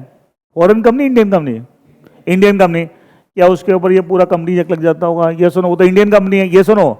इसका मतलब क्या हुआ, बाकी जो रिमेनिंग चैप्टर्स हैं अदर देन चैप्टर नंबर 22, क्या वो किसके लिए हैं? इंडियन कंपनीज के लिए। तो वो इंडियन कंपनीज के लिए, और ये वाला किसके लिए? फॉरेन कंपनी के लिए। कौन सा foreign company? As per section 2 clause 42। अब देखो आप, इस बाहर की जो कंपनी है इंडिया में बिजनेस करने के लिए, अगर दोनों में से कोई मॉडल यूज करें, अगर वो वाला मॉडल यूज करें, ये वाला मॉडल मैंने बताया था कि इंडिया में सेपरेट कंपनी ना बना के अपने branch office, place of business, ये, तो कंपनी जगह कौन सा प्रोविजन लगेगा? पूरा companies act, only chapter number 22। तो इसलिए आपके सिलेबस में रखा गया है। और अगर इंडिया में बिजनेस करने के लिए सब्सिडरी बनाई तो क्या लगेगा? Entire companies act except the chapter number 22। Why? तो कह सकते हैं chapter 22 and the remaining chapters of companies act क्या म्यूचुअली एक्सक्लूसिव है? म्यूचुअली एक्सक्लूसिव होता है दोनों में से एक ही चीज लग सकती है, दोनों चीज एक साथ पॉसिबल नहीं है। ये सुनो, म्यूचुअली एक्सक्लूसिव है। अब ये क्या, चैप्टर 20 में देखा बच्चे पढ़ जाते हैं, नंबर भी ले आता, रट लेते हैं क्या क्या है, उनको पता नहीं था पढ़ा क्या हमने, ये कहां लगाऊंगा प्रैक्टिकली, इस कॉन्टेक्स्ट में इसका क्या यूज है। अब कितना स्मार्टली ड्राफ्ट कर रखा है, अभी से पता होनी चाहिए कि साहब कंपनी एक बनाते समय कैसे उन्होंने बनाया है, क्या चीज सोच के बनाया। अच्छा, एक और बात, दोनों में से कोई भी मॉडल हो, दोनों में से कोई भी मॉडल हो, ठीक है, आपको चाहे इंडिया में उन्होंने प्लेस ऑफ बिजनेस सेटअप किया है तो कंपनी जगह चैप्टर नंबर 22, और चाहे अलग से सब्सिडरी बनाई है तो इंटायर कंपनी जगह एक्सेप्ट चैप्टर 22, ठीक है, तो क्या दोनों में फेमा लगेगा? हाँ या ना? कंपनी, ये तो कंपनी जगह कहने से मैंने बताया, कंफ्यूज ये लग रहा है वो, अरे भाई मल्टीपल, पता है फेमा इज एडिशनल लॉ, इसका मतलब क्या हुआ, इसके प्रोविजन कैसे लगेंगे? अच्छा, फेमा में भी ये नहीं कि दोनों के लिए सेम प्रोविजन है। अच्छा, मतलब फेमा लगेगा तो फेमा के अंदर एक सेक्शन थोड़ी है, उसमें तो बहुत सारे प्रोविजन है, तो one set of provision FEMA किस पे लगेगा? अगर आप इंडिया में, ये वाला केस है, अनदर सेट ऑफ प्रोविजन आप इंडिया में सब्सिडरी बना रहे हैं तो उसके लिए अलग, लेकिन फेमा के प्रोविजन लगेंगे। अब देखो, एक तरफ फेमा सिलेबस में रखा, हाँ है ना, दूसरी तरफ ये सिलेबस में रखा, और तीसरी तरफ ये भी रखा है, लेकिन ये पूरा नहीं है, पहले 10 चैप्टर है, पहले 10 चैप्टर। अब आपको सारी बातें कैसे कैसे कहानी लिंक कर रखी है, खाली सिलेबस को समझने के लिए इन्होंने किस किस तरीके डिजाइन किया है कि भाई एक तरफ चैप्टर 22 को ऐड किया जो ओल्ड सिलेबस में नहीं था, और एक तरफ फेमा ऐड किया जो कि चैप्टर ओल्ड सिलेबस में नहीं था, तो कोई ना कोई कहानी इसके पीछे, ये सब इन्होंने इस तरह कैसे लिंक करके रखा है। इसका मतलब बाहर की कंपनी, अच्छा मैंने तो जो international transaction day by day बढ़ते जा रहे हैं, दैट्स वाई आपको इन ट्रांजेक्शन पे कंपनी जेट क्या लगता है, फेमा क्या लगता है, ये सब की समझ होनी चाहिए। और ये सब समझ नहीं, आप इंटरनेशनल ट्रांजेक्शन समझ ही नहीं पाएंगे हो क्या रहा है।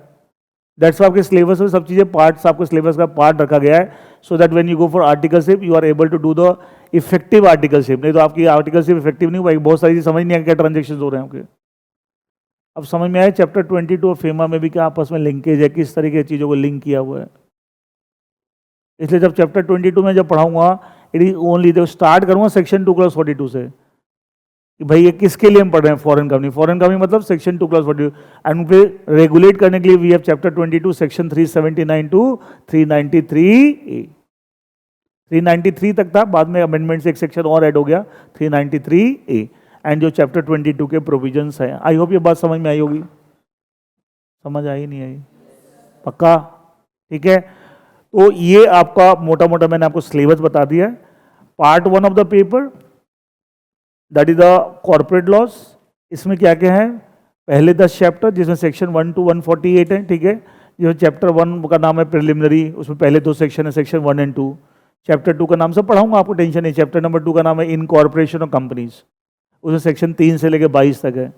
Then chapter number 3 is prospectus and allotment of security, section number 23 to 42। Then we have share capital and debenture chapter number 4, section number 43 to 72। ऐसे करके आपको लास्ट तक आपको 148 तक जाएगा। आपको पहले 10 चैप्टर आपके सिलेबस में हैं, ऑडिट तक हैं, ऑडिट एंड ऑडिटर्स तक। ठीक है, अच्छा फिर चैप्टर 22 के बारे में मैंने बहुत डिटेल में समझा दिया। किसी कॉन्टेक्स्ट में, foreign company as per section 2+42।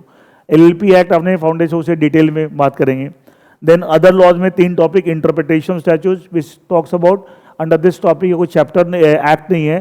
In this chapter, we'll discuss the rules and principles which are applied by the legislature while making the law, and we also have to apply to interpret the laws in an effective manner. General Clauses Act बताता है, it contains general definition and general principles। ठीक है, and third last is Foreign Exchange Management Act। ये overall आपका paper का syllabus है and the 100 marks paper. अब थोड़ा सा मैं एग्जामिनेशन पॉइंट ऑफ व्यू से भी थोड़ा सा बताया था आपको।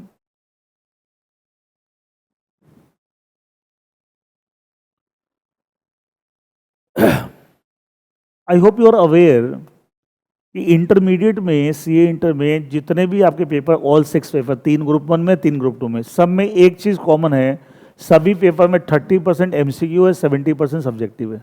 All paper same pattern. ठीक है, इसका मतलब MCQ 30 marks and subjective 70 marks. तो ये बहुत बड़ा रिलीफ है कि फाउंडेशन में आप पूरा 100 नंबर का लॉ सब्जेक्टिव पढ़ के आए। अच्छा, इसमें एक और बोनस है, नो नेगेटिव मार्किंग। नहीं भी आया तो तुक्का तो मारना ही है, गंवाने को कुछ भी नहीं। कोई छोड़ोगे तब भी 0, गलत होगा तब भी 0, माइनस कुछ नहीं है। ये बहुत बड़ा प्लस पॉइंट है। इसलिए याद है फाउंडेशन में हमेशा बोलता था कि फाउंडेशन में भी कुछ ना कुछ MCQ उनको डालना चाहिए। उल्टा कर रखा है, इंटर में आपको कंफर्ट दे रखा है और फाउंडेशन के अंदर कंफर्ट नहीं दे रखा है। और आपको सुना होगा बहुत सारे बच्चे फाउंडेशन में लॉ की ही वजह से फेल होते हैं। आपने एक बच्चे की वो सुना है कि सोशल मीडिया पे एक बच्चे की वो मार्कशीट सर्कुलेट हो रही है, उसे 320 नंबर आए हैं और वो फेल है। 3 पेपर में एक्सेप्ट लॉ पेपर, उसके सब में 90+ हैं। ऑब्वियसली तभी होंगे, लॉ में 39 है। सोशल मीडिया यहाँ का बच्चा नहीं है, मतलब कहीं और का है, लेकिन उसे 320 नंबर आने के बाद फेल है वो। चलिए 100 नंबर का वहाँ पूरा subjective paper is very harsh. आप यहाँ MCQ दे रहे हैं, वहाँ पे है ही नहीं, तो वहाँ तो MCQ जरूर होना चाहिए फाउंडेशन। कई बच्चे बोलते कंसेप्चुअली स्ट्रॉन्ग। अच्छा 3 पेपर में 90+ रहा तो बच्चा शार्प ऐसा नहीं है, क्या लैंग्वेज उसका हाथ बहुत टाइट है, अभी उसको गड़बड़ हो रही है। सुनो, ठीक है, दूसरा लॉ के बारे में मैं पता नहीं किससे पढ़ा है, क्या पढ़ा मुझे नहीं पता। लॉ के बारे में एक जनरल लोग रट लो, याद कर लो, फलाना डिकना, ऐसा नहीं है भाई, ऐसा नहीं है। अच्छा सुबह आपकी दीपक सर की क्लास होगी, उन्होंने क्या बोला आपको, जरूर बोला ये बेटा ये भी लॉ का पेपर है। बोल देंगे कभी ना कभी एक आध लेक्चर में, बेटा ये भी लॉ का पेपर है। कई बच्चे तो सर ये लॉ है, केडिया सर लॉ पढ़ाएंगे, दीपक सर टैक्स पढ़ाएंगे। टैक्स क्या है? इनकम टैक्स एक्ट 1961, वो भी तो लॉ ही है, वो भी तो स्टैच्यूट ही है। अच्छा जो मैं इंटरप्रिटेशन के प्रिंसिपल पढ़ाऊँ, क्या वहाँ अप्लाई नहीं होंगे? वहाँ भी अप्लाई होंगे, इन्हीं स्टैच्यूट। एक्चुअली नोशंस बड़े अजीब अजीब हैं, बच्चों की गलती नहीं है, पढ़ाने वाले टीचर ऐसे बोलते हैं, उन्हें नहीं पता कि सब क्या लॉ होता है क्या। वो भी तो लॉ ही है, वो टैक्सेशन के लॉज पढ़ रहे हैं आप। आप सोचो ये लॉ, वो भी लॉ, और अकाउंट्स के अंदर भी वैभव सर आपको बताएंगे वो भी लॉ ही है, फाउंडेशन वाला अकाउंट्स नहीं है यहाँ। ज़्यादातर आपके सिलेबस में ना अकाउंटिंग स्टैंडर्ड्स हैं, और अकाउंटिंग स्टैंडर्ड पूरा लैंग्वेज है, वो लैंग्वेज सब लीगल में, लॉ की लैंग्वेज में होता है पूरा। अब बोलो सर तीनों ही पेपर लो हो गए तो, इसलिए मैंने याद है फाउंडेशन में जब पढ़ते थे मैं हमेशा कहता लैंग्वेज से भाग नहीं सकते आप, तो लैंग्वेज में पकड़ तो बनानी ही पड़ेगी। There is no option, there is no option, आपको लैंग्वेज पे आपको और कुछ नहीं है। तो आप ध्यान से पढ़ें समझे तो सब कुछ डेवलप, लेकिन माइंडसेट होता है, एक कंसेप्ट होता है ना, हम कुछ चीज़ अटक गए हैं, ये मुझे तो बैठ के जोड़ घटाव करने में मजा आता है, तो मजा लेने के लिए थोड़ी कोर्स है। इंस्टीट्यूट तो ये देखता है कि एज ए चार्टेड अकाउंटेंट आप जब जाएंगे इंडस्ट्री में तो आपसे क्या एक्सपेक्टेशन है, सामने वाला जहां आपको नौकरी देगा वो आपसे क्या एक्सपेक्ट करता है, उसकी तैयारी हो रही है। वो ये थोड़ी देख रहा है सीए इंस्टीट्यूट के आपको किसमें मजा आता है, उससे उसको क्या मतलब है, वो तो प्रोफेशन की क्या नीड है, उसके हिसाब से तैयारी होगी ना, कि मुझे किसमें मजा आता है उससे थोड़ी तैयारी, उसके हिसाब से प्रोफेशन चलेगा। ये तो माइंडसेट ही खत्म कर देंगे, बहुत लोगों में देखा माइंडसेट होता है, और ज्यादातर बच्चों का कि मुझे ये चलता बस वही करते रहते हैं, करते रहो। उस बच्चे के साथ देखो कितना अनफॉर्चुनेट है, 3 पेपर में 90+ लाके और 1 में 13, तो इसका ध्यान नहीं दिया उस पेपर में, तो 320 लाए हुए बेकार हो गए, उसको दोबारा फाउंडेशन पेपर देने पड़ेंगे। और फाउंडेशन में मेरे हिसाब से एग्जामिशन का सिस्टम भी नहीं है, इंटर में तो एग्जामिशन वगैरह का भी सिस्टम है कि 60+ किसी पेपर में आते हैं, और अब ग्रुप नहीं पास होता एटलीस्ट वो पेपर रिपीट नहीं करना पड़ता। फाउंडेशन तो वो सब सिस्टम भी नहीं है, तो चारों पेपर देने पड़ेंगे, तो क्या फायदा हुआ बताओ। वो माइंडसेट है, ना माइंडसेट कि भैया ये तो याद करने का, यार भाई अब इंटर में क्या करेगा, अब वो माइंडसेट आप फाउंडेशन से थोड़ा थोड़ा बदलोगे तो क्या इंटर में भी फायदा होगा उसका। यहाँ तो लॉ ही लॉ भरे हुए हैं, अब फाइनल में जाना और बढ़ जाएगा। वो लैंग्वेज फैंग्वेज लोकल होता है, खाली जोड़ घटाव ही बहुत बड़ी बात है, ऐसा कुछ नहीं है। एनीवे देखिए 30 मार्क्स का आपका MCQ, no negative marking, and subject is 70 marks का। अब आपको पेपर कैसा आता है, देखिए मैं बताता हूँ पेपर किस तरीके से आपको आता है। पेपर के 2 पार्ट होंगे। पार्ट 1 ऑफ द पेपर ये होगा एमसीक्यू, कितने मार्क्स का होगा, 30 मार्क्स का। अभी क्योंकि न्यू सिलेबस का भी एक ही एग्जाम हुआ है अभी मई 2024, आपका फाउंडेशन का वैसे इंटर का भी पहला एग्जाम हुआ था, तो अभी जो और जो इन्होंने थोड़े से जो एमटीपी वगैरह निकाले थे तो उसके हिसाब से लग रहा है ये सिर्फ 15 क्वेश्चन दे रहे हैं 2-2 नंबर के,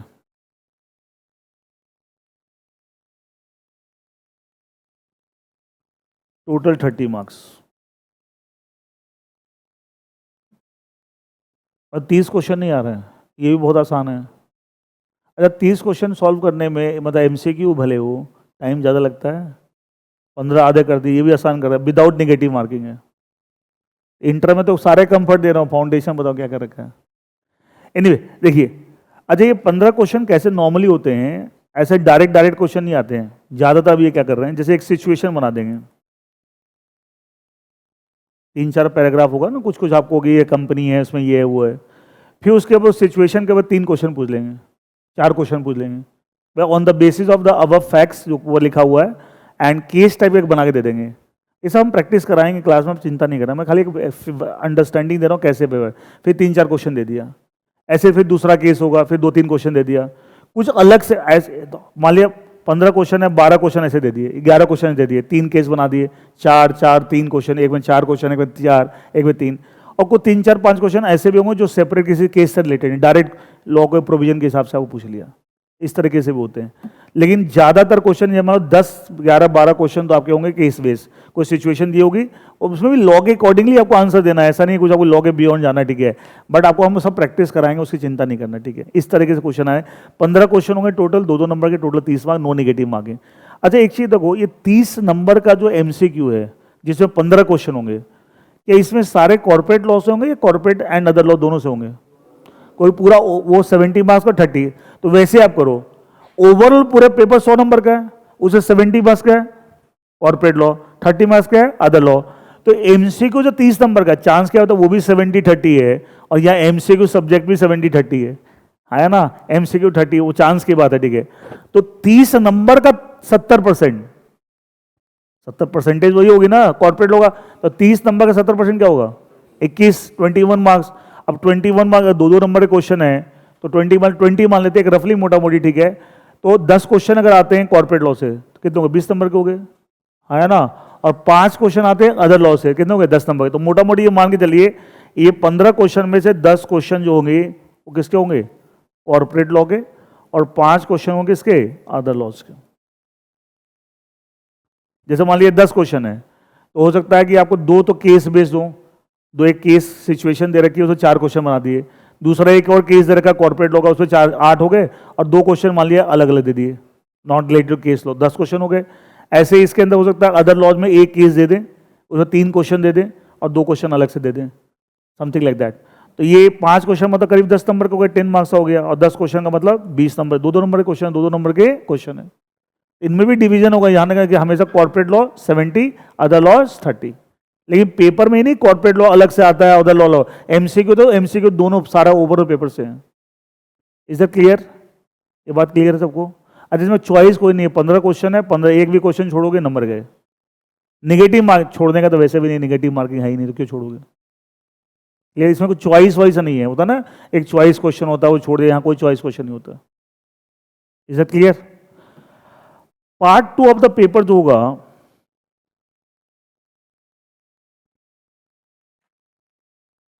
क्या सब्जेक्टिव होगा, है ना। ये कितने का होगा? 70 मार्क्स।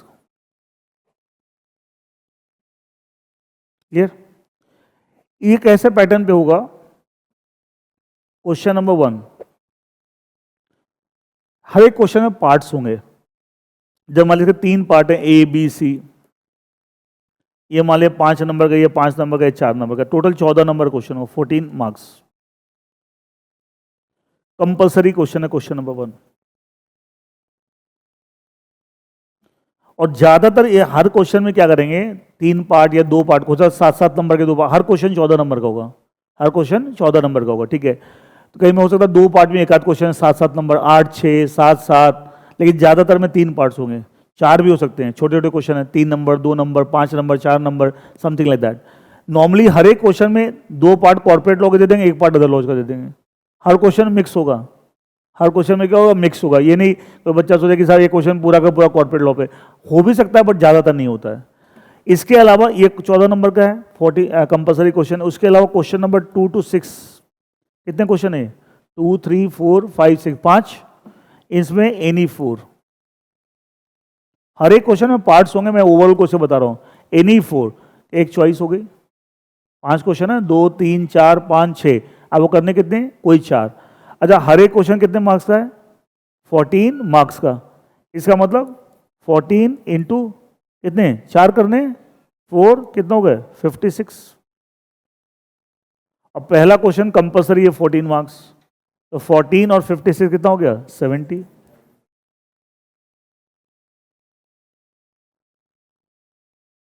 अच्छा, ये जो part 2 of the paper subjective, ये एक्चुअली 70 मार्क्स का था या 84 मार्क्स का है? आपके सामने जो सब पार्ट 2 ऑफ द पेपर है सब्जेक्टिव, एक्चुअली 70 मार्क्स का 84 मार्क्स का है। आपको करना 70 का है, लेकिन है तो 84 का, नहीं क्वेश्चन एक्स्ट्रा भी तो है ना। तो ये एक्चुअली कितने का है? 84 मार्क्स का। तो इसमें भी क्या कंसेप्ट वही लगाइए, मोटा मोटी ये समझिए 70% इसका, एक मोटा मोटी तो करीब 60 नंबर के जो क्वेश्चन होंगे इसके अंदर, 60 मार्क्स किससे होंगे? कॉर्पोरेट लॉ, मोटा मोटी, ठीक है। और जो 24 नंबर के क्वेश्चन होंगे, एक आध नंबर ऊपर नीचे भी हो सकता है, यहाँ 25 हो जाते हैं 59 हो जाएगा, यहाँ 26 हो जाते हैं 58 हो जाएगा। ओवरऑल 84 मार्क्स का होगा ये पोर्शन। ये किसका होगा? अदर लॉस का। किसका होगा? Other laws. जैसे यहाँ 24 मार्क्स का हो गया और ऊपर 10 मार्क्स का था, बता ना 5 क्वेश्चन, तो कितने हो गए? 2-2 नंबर के 34। अब जैसे 30 का है तो यहाँ चॉइस क्वेश्चन भी तो हम तो टोटल मिला के बोल रहे हैं। करना तो आपको 100 नंबर का पेपर है, बट पेपर तो 114 नंबर का आ रहा है, 30 नंबर का एमसीक्यू, उसमें तो कोई चॉइस है ही नहीं, और यहाँ 70 की जगह कितना आ रहा है? 84। तो ओवरऑल पेपर का 114 नंबर का है। इस तरह के ये सब की मैंने शुरू में मैं पूरी एक दिशा दे देता हूँ, ठीक है भाई, करना क्या है, कैसे पेपर। बाकी तो क्या, जब तक आपके एग्जाम आएंगे अभी तक मॉक टेस्ट ले तो आप यूज हो जाओगे सब किस तरह का पेपर आपको है, वो सब चीज़ें होंगी, ठीक है, उसकी टेंशन लेने की जरूरत नहीं। लेकिन but at least we should get a direction कि हम करने क्या जा रहे हैं, ठीक है। Is it okay? किसी को दिक्कत, कोई बात समझ नहीं है पेपर स्ट्रक्चर में? सबको क्लियर है? अब ओवरऑल मैंने पेपर के बारे में मोटी मोटी सब बात बता दी। किसी को कुछ पूछना है, किसी को कुछ क्वेरी है, कोई डाउट है, क्वेश्चन तो पूछ सकते हैं। एक तो ये बात। दूसरा एक और चीज़ देखिए, मैं एक डिस्कशन करने जा रहा हूँ क्योंकि हम पूरा पेपर ही लॉस के ऊपर है, तो हम थोड़ा सा ये डिस्कस करेंगे कि साहब वैसे आपके फाउंडेशन में जो फर्स्ट चैप्टर था इंडियन रेगुलेटरी फ्रेमवर्क, मैं उसी, क्योंकि वो ऐसी चीज़ है जिसके बिना अगर किसी बच्चे को क्लियर नहीं है तो कहीं ना कहीं वो फंसेगा, इसलिए बेटर है कि मैं थोड़ी सी डिस्कशन करूँ, ठीक है? अच्छा एक चीज़ बताओ, हम अपने सिस्टम की, ये तो पेपर के बारे में हो गया, एक जनरल डिस्कशन हम करते हैं।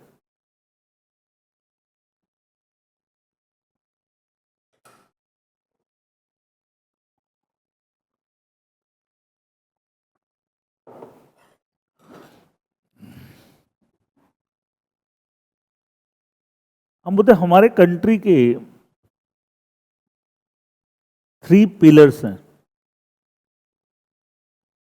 जिसे पूरा देश टिका हुआ, पूरा देश उसके हिसाब से चलता है। उन 3 पिलर्स को क्या बोलते हैं, क्या नाम है? Legislature, executive and judiciary.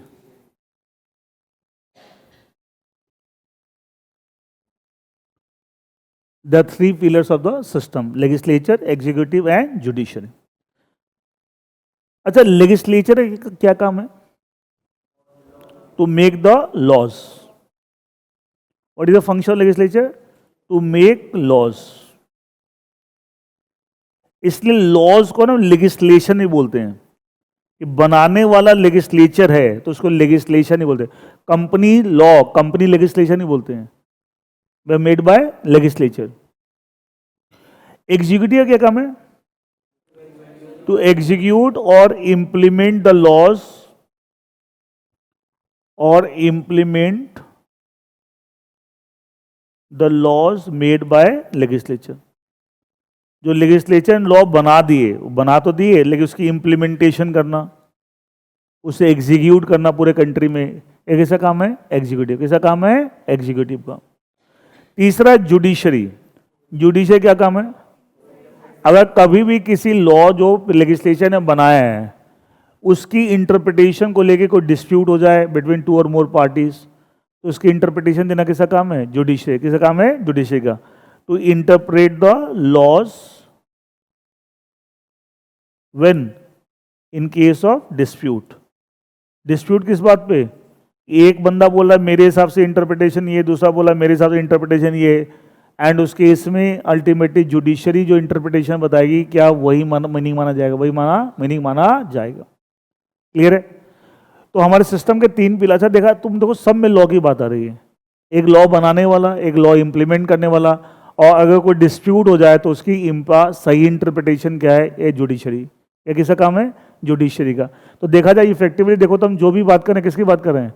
Laws की बात करें। किसकी बात कर रहे हैं? लॉ। मैंने क्या बताया, लॉ को लोग समझते हैं कि हम याद बात समझते, पूरा सिस्टम इससे चल रहा है, पूरा कंट्री से गवर्न हो रहा है, हर चीज समाज में, सोसाइटी में, हर चीज कहीं ना कहीं लॉ से लिंक है।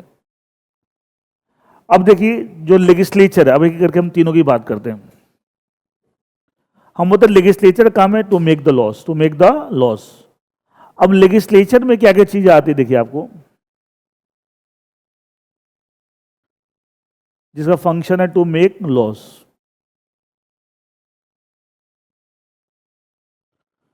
हमारे कंट्री में लेजिस्लेचर की जब हम बात करते हैं तो we have 2 sets of legislature. One is called central legislature,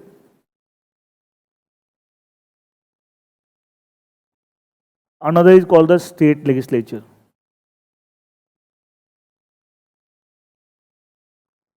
Central legislature and the state legislature. Central का मतलब ये है तो ओनली वन, हम सेंट्रल गवर्नमेंट एक ही है। सेंट्रल वर्ड का मतलब था गवर्नमेंट, सेंट्रल गवर्नमेंट इसका एग्जाम्पल नहीं है, ठीक है, ध्यान कंफ्यूज मत हो जाना, ठीक है। सेंट्रल वर्ड का मतलब क्या होता है? हम बोलते हैं this is centre of a circle. एक सर्कल में कभी 2 सेंटर हो सकते हैं क्या? तो सेंटर का मतलब ही होता है ओनली वन। तो सेंट्रल लेजिस्लेचर एक ही है, ऑब्वियसली बात है, एंड उसका नाम क्या है? पार्लियामेंट। क्या नाम है? पार्लियामेंट। जो भारत की संसद है, हमारे देश की जो संसद है, क्या पार्लियामेंट वही सेंट्रल है? सेंट्रल लेजिस्लेचर एक जनरल सा नाम हो गया, स्पेसिफिकली हमारे कंट्री का नाम क्या है? पार्लियामेंट। क्या नाम है? पार्लियामेंट। अच्छा, जब हम पार्लियामेंट बोलते हैं तो क्या इसके अंदर दो हाउसेस हैं, लोकसभा एंड राज्यसभा?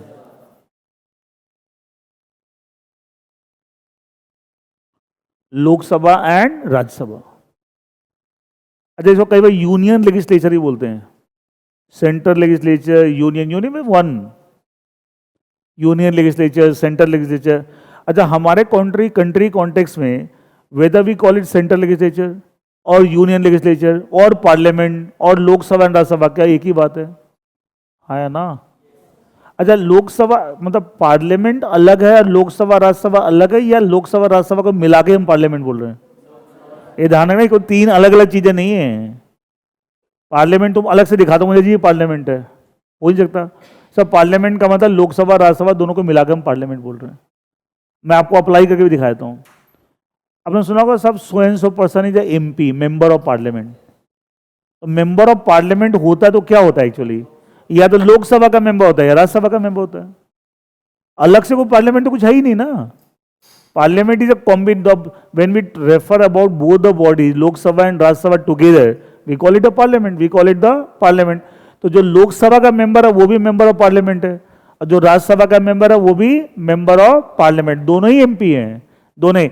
अच्छा, इसलिए कई लोग देखो ना अपने नाम क्या जब लिखेंगे मेंबर ऑफ पार्लियामेंट एमपी, तो ब्रैकेट में स्पेसिफाई करेंगे, लिख देते हैं लोकसभा, या ब्रैकेट में राज्यसभा, स्पेसिफाई कि मैं किस हाउस का मेंबर हूं, लोकसभा का हूं या राज्यसभा का, क्योंकि एमपी तो दोनों ही हैं, चाहे लोकसभा का मेंबर हो चाहे राज्यसभा का। Ultimately parliament is comprise of both the houses, Lok Sabha as well as the Rajya Sabha. Is a clear? तो हमारे कंट्री कॉन्टेक्स्ट में चाहे आप सेंट्रल लेजिस्लेचर बोलिए या यूनियन लेजिस्लेचर बोलिए या पार्लियामेंट बोलिए या लोकसभा, मतलब पार्लियामेंट ने लॉ बनाया, इसका मतलब क्या हुआ? लोकसभा राज्यसभा ने दोनों ने बनाया। ये सुनो, ये पार्लियामेंट अलग से तो कुछ है ही नहीं, it is comprise of both the houses. Is it clear? Is it clear? अब आते हैं स्टेट लेजिस्लेचर की बात करते हैं। अच्छा, ये तो पूरे कंट्री में वन है, only one for the entire country. अच्छा, कहीं बताओ सर वन कहाँ टू है? अरे भाई, इन दोनों को मिल के ही पार्लियामेंट बोल रहे हैं। पार्लियामेंट अकेला लोकसभा नहीं, अकेला राज्यसभा नहीं, दोनों को मिला के हम पार्लियामेंट बोल रहे हैं। है तो पूरा एक ही है ना पूरे कंट्री के लिए। नाउ अच्छा, स्टेट लेजिस्लेचर क्या स्टेट वाइज है? है ना? एक क्या है? स्टेट वाइज, हर एक स्टेट का अपना अलग अलग है। ये सुनो, हर एक आपका स्टेट का अलग है, स्टेट वाइज है। नाउ इसका मतलब क्या, आपको स्टेट लेजिस्लेचर एक है हमारे देश में, हर स्टेट का अलग अलग है? हर स्टेट का अलग अलग है, इससे सब चीजें क्लियर होनी चाहिए। अच्छा, स्टेट लेजिस्लेचर के अंदर भी दो बॉडीज होते हैं, जैसे पार्लियामेंट सेंट्रल लेजिस्लेचर के अंदर दो बॉडीज हैं, लोकसभा एंड राज्यसभा, वैसे स्टेट लेजिस्लेचर के अंदर भी दो बॉडीज होती हैं। एक बोलते हैं स्टेट लेजिस्लेटिव असेंबली, हिंदी में इसको बोलते हैं विधानसभा। क्या बोलते हैं? विधानसभा। स्टेट लेजिस्लेटिव असेंबली हिंदी बोलते हैं विधानसभा। दूसरा बोलते हैं स्टेट लेजिस्लेटिव काउंसिल, हिंदी बोलते हैं विधान परिषद। विधान परिषद, विधानसभा, विधान परिषद, विधानसभा। अच्छा, यहां पर हिंदी इंग्लिश सेम है, लोकसभा में और हिंदी में भी लिखेंगे तो लोकसभा ही लिखेंगे, यहाँ हिंदी में लिखेंगे राज्यसभा, अलग से नाम नहीं है, तो हिंदी इंग्लिश सेम है। लेकिन यहाँ पे फर्क है, यहाँ हिंदी इंग्लिश में क्या लिख रहे हैं? स्टेट लेजिस्लेटिव असेंबली, हिंदी में क्या लिखे? विधानसभा, और स्टेट लेजिस्लेटिव काउंसिल हिंदी में विधान परिषद। अच्छा, कुछ स्टेट्स के अंदर इनके स्टेट लेजिस्लेचर में दोनों बॉडीज हैं, लेकिन वो कुछ स्टेट्स में, ज्यादातर स्टेट में ये बॉडी नहीं है। इसका मतलब क्या हुआ?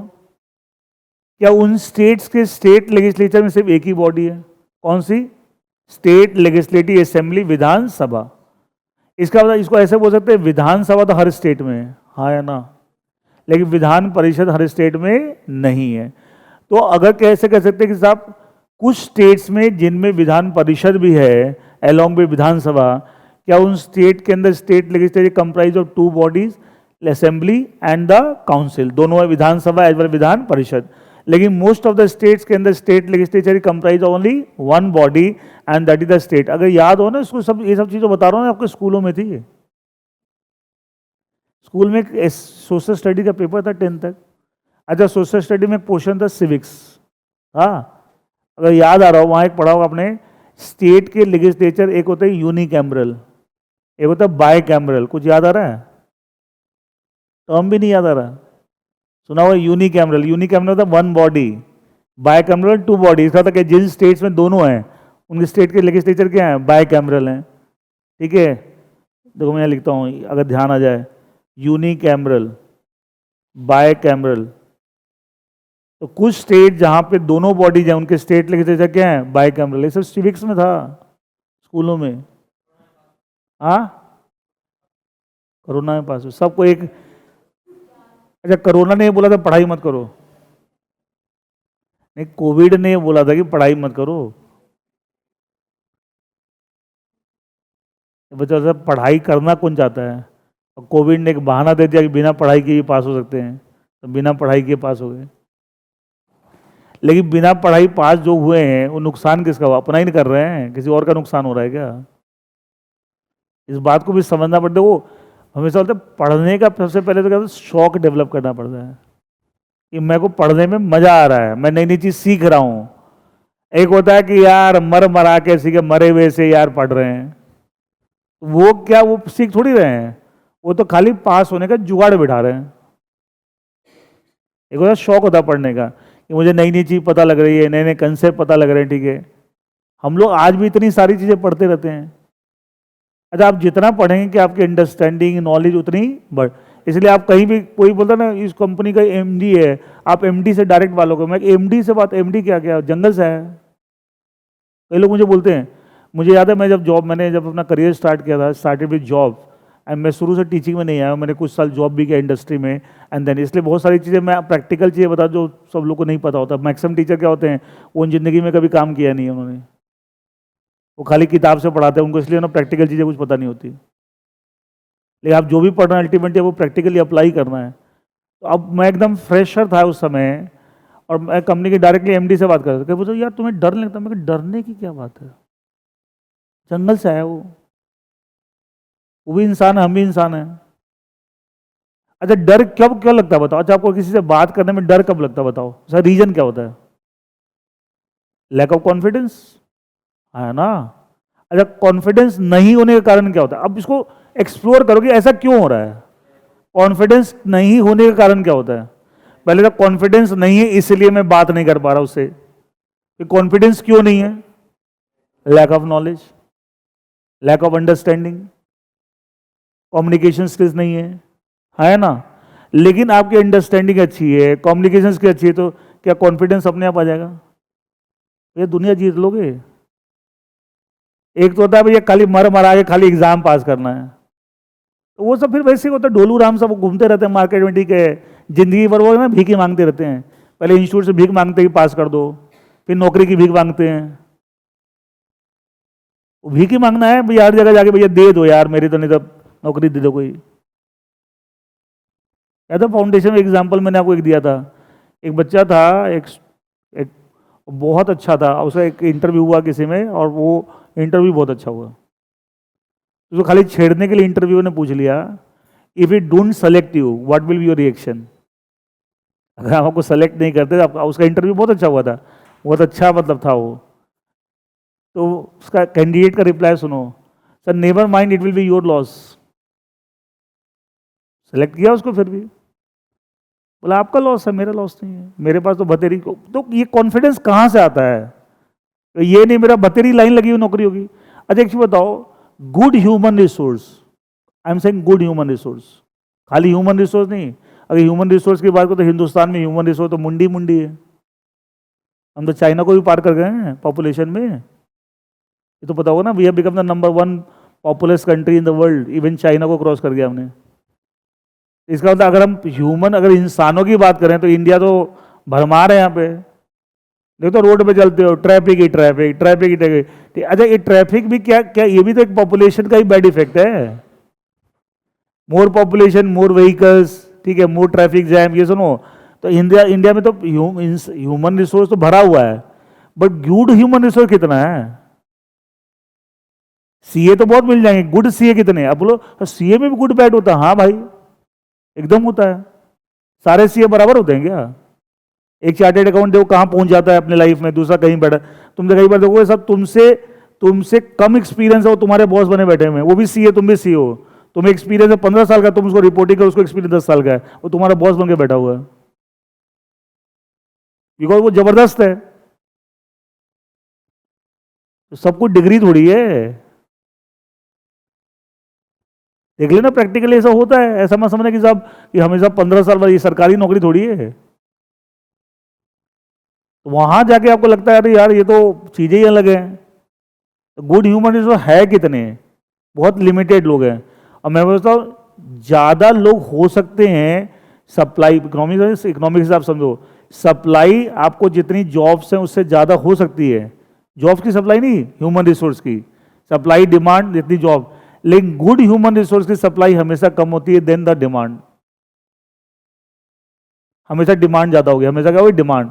अच्छा सोचिए सर, गुड ह्यूमन रिसोर्स की सप्लाई हमेशा कम है और डिमांड उसके हमेशा ज्यादा है, इसका मतलब क्या हुआ? क्या गुड ह्यूमन रिसोर्स को लाइफ में कभी भी परेशानी झेलनी पड़ती है? कभी नहीं। है कहाँ गुड ह्यूमन रिसोर्स? तो मैं हमेशा बोलता हूं अपने आप को गुड ह्यूमन रिसोर्स की कैटेगरी में लेके आओ। इफ एक बार अपने आप को गुड ह्यूमन रिसोर्स कैटेगरी में ले आए तो जिंदगी भर सुखी हो आप। और वो गुड ह्यूमन रिसोर्स कैटेगरी में आप नहीं आए तो जिंदगी भर बस इधर उधर, यार कोई जुगाड़ से कुछ हो जाए, कुछ हो जाए, कोई नौकरी दिलवा दे, कोई ये कर दे, यही चलता रहता है। जो नौकरी कर रहा हूँ कोई छूट नहीं जाए, बर्बाद हो जाऊंगा, क्यों? कारण क्या है? You are not a good human resource. You are good human resource. कोई अच्छा एम्प्लॉयर को डर लगता है ये छोड़ के ना चल जाए, इसका जैसा दूसरा कहां से ढूंढ के लाऊंगा, उसको डर रहेगा, उसको टेंशन रहेगा यह बंदा छोड़ के चल जाए। गड़बड़ फर्क क्या है? एक तो ऐसा बंदा कि खाली ठीक कर रहे हैं काम, एक होता है यू आर रियली गुड। तो जिस भी फील्ड में, मतलब जिस भी फील्ड में हो, become a good person, good quality बंदा बनो, ठीक है। नॉन क्वालिटी यार तो भीड़ ही भीड़ है, क्या करना है उसका, ठीक है। अभी सुना होगा ये यूएस वगैरह में, यूएस में और यूएस में भी अब आने ऑलमोस्ट आ गया है। और यूरोप के अंदर तो बहुत ज़बरदस्त रिसेशन है, मालूम होगा आपको, ठीक है। सुना तो होगा कहीं से, यूरोप के अंदर तो ज़बरदस्त रिसेशन है। और यूएस में भी थोड़ी थोड़ी सी हिंट आने लगी रिसेशन अब आपको, ठीक है। धीरे धीरे अब जब ये यूएस यूरोप पूरा हो गया, यूएस हो जाएगा, तो जापान के अंदर भी इशू आ रहा है, तो ओवरऑल क्या पूरे वर्ल्ड में रिसेशन हो जाएगा। कहते हैं अब इकोनॉमी, वर्ल्ड इकोनॉमी अब थोड़ी डाउन पे जाएगी। इधर कुछ सालों में देखो कब ऊपर ऊपर जा रहे थे, अब क्या अब नीचे जाने के चांस लग रहे हैं। तो एक चीज बता, इस सिनेरियो में कौन लोग जाएंगे, किन के काम बंद हो गए, किन की नौकरियां जाएंगी? गुड ह्यूमन रिसोर्स और बैड ह्यूमन रिसोर्स। बैड सब उनका हालत खराब होने वाली है। जो कंपनियां बंद होगी, बिजनेस कम होगा, तो किसको निकालेंगे? सब फालतू लोग को, अच्छे लोग थोड़ी निकालेंगे वो। आजकल सुनो एक ट्रेंड चला, आपने भी कई लोग देखा होगा, 12th के बाद बहुत सारे बच्चे बाहर पढ़ने जाने लगे, खासकर उन घरों के बच्चे जिनके फाइनेंशियली बहुत स्ट्रांग है। सुनो आजकल बहुत एक पैटर्न चला है। तो मेरे कई सारे जानकार हैं, उनके बच्चे पढ़ पढ़ के आ गए यूके से वापस इंडिया, नौकरी नहीं है, वहाँ अनएम्प्लॉयमेंट चालू हो गया है। वहाँ तो नहीं, जो वहाँ अनएम्प्लॉयमेंट नहीं होता, कोर्स खत्म होने से पहले अच्छी अच्छी नौकरियाँ मिल जाती है। अब गए जमाने हैं, कोर्स कर कर सब वापस आ रहे हैं, है नहीं वहाँ पे जॉब्स। तो मैं हमेशा बोलता है अगर if you good human resource, तो आपको चाहे रिसेशन आए, बूम आए, कुछ भी, आप टेंशन फ्री हो। लेकिन अगर आप बैड ह्यूमन रिसोर्स हो तो क्या होगा? अच्छा समय चल रहा है तो आपको भी फायदा मिल जाएगा, समय और समय का हमेशा एक जैसा नहीं रहता, ये फैक्ट है। इकोनॉमी से पढ़ा हो ना कि अगर कोई ग्राफ ऊपर से जा रहा था, कहीं ना कहीं यू टर्न लेगा, इसका मतलब क्या है? ऊपर ऊपर जा रहा है, क्या हो गया? नीचे आना शुरू हो गया। या नीचे जा रहा है तो क्या हो? धीरे धीरे यहाँ भी यू टर्न लेगा। खराब समय चल रहा है, धीरे धीरे अब तो हमेशा समय एक जैसा तो रहने वाला नहीं, तो पक्की बात है उसमें अप्स एंड डाउन आएंगे आएंगे। If you are good human resource, आपको अप्स एंड डाउन से इतना झटका नहीं लग रहा है। If you are good not a good human resource तो बहुत झटका। और ये सुना कितने लोग बोलते हैं यार हमारा बड़ा अच्छा काम चल रहा था, हमारी बड़ी अच्छी नौकरी चल रही थी, अचानक हम बाहर हो गए। ये गड़बड़ हुई कैसे? तो भी कारण है। एनीवे देखिए, ये देखिए जो स्टेट लेजिस्लेचर है, मैंने बोला है कि सब मोस्ट ऑफ द स्टेट्स में तो सिर्फ ये है, कुछ स्टेट्स में दोनों बॉडीज हैं, कुछ स्टेट्स में दोनों बॉडीज। अच्छा दिल्ली है, दिल्ली में कोई सुना कि सब विधान परिषद, खाली क्या सुना होगा, विधानसभा। अच्छा, Delhi city wise a big city, but state wise a very small state. State के हिसाब से बहुत छोटा स्टेट है, यहाँ सिर्फ यही है, सिर्फ विधानसभा है। अच्छा, यहाँ के जो मेंबर होते हैं, देखो ना, स्टेट लेजिस्लेटिव असेंबली सुना होगा, member of legislative, MLA. Member किसके, स्टेट तो वो राज्य का है, हर एक स्टेट का है, इसलिए स्टेट लगा दिया है। तो क्या लेजिस्लेटिव असेंबली किसके मेंबर हैं, लेजिस्लेटिव असेंबली, क्या बोलते हैं, एमएलए। क्या बोलते हैं, एमएलए। और जो इसके मेंबर हो क्या बोलेंगे, एमएलसी। अच्छा, एमएलसी सुनने वो मिलता है, कॉमन है, या एमएलए कॉमन है? क्यों कॉमन है, वो हर स्टेट में मिलेंगे, हर स्टेट में लेजिस्लेटिव असेंबली है। लेकिन क्या लेजिस्लेटिव काउंसिल हर स्टेट में है? वो अब पूरे हिंदुस्तान में ऐसे सिर्फ टोटल 5 या कुछ स्टेट्स में, ओनली 5-6 स्टेट्स, ठीक है। इसका मतलब MLC is very uncommon, very uncommon, तो सुनने में कम मिलता है। लेकिन जिन स्टेट्स में है उनमें इसके जो मेंबर होंगे, मेंबर लेजिस्लेटिव काउंसिल के, उनको क्या बोलेंगे, MLC, member of legislative council. Is that okay? अब देखो, ये मैंने बताया कि सर लेजिस्लेचर के काम है टू मेक लॉज। लेजिस्लेचर के 2 लेवल हैं, central legislature and state legislature. Clear? Central legislature only one for the entire country, state legislature हर एक स्टेट का अपना अपना है। एंड वो कैसे होता है मैंने आपको बताया। ये तो है कि सब हमारा लेजिस्लेचर का पूरा स्ट्रक्चर मैंने बताया कि लेजिस्लेचर जो लॉ बनाता है काम है, एंड वो क्या क्या है, उसके अंदर क्या क्या चीजें आती हैं। नाउ अब अगला क्वेश्चन ये उठता है, जो लॉज बनते हैं on which matters laws are made, on which matters laws are made। इसके लिए laws are made on which matters, इसके लिए हमारे देश का जो संविधान है, constitution of India, constitution of India के अंदर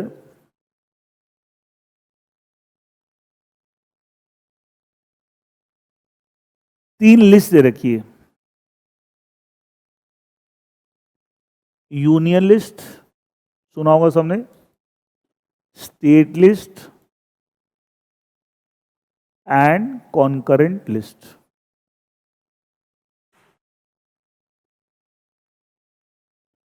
union list, state list and the concurrent list. Clear? ये 3 लिस्ट दे रखी है। कहां पे दे रखी है? कॉन्स्टिट्यूशन ऑफ इंडिया में।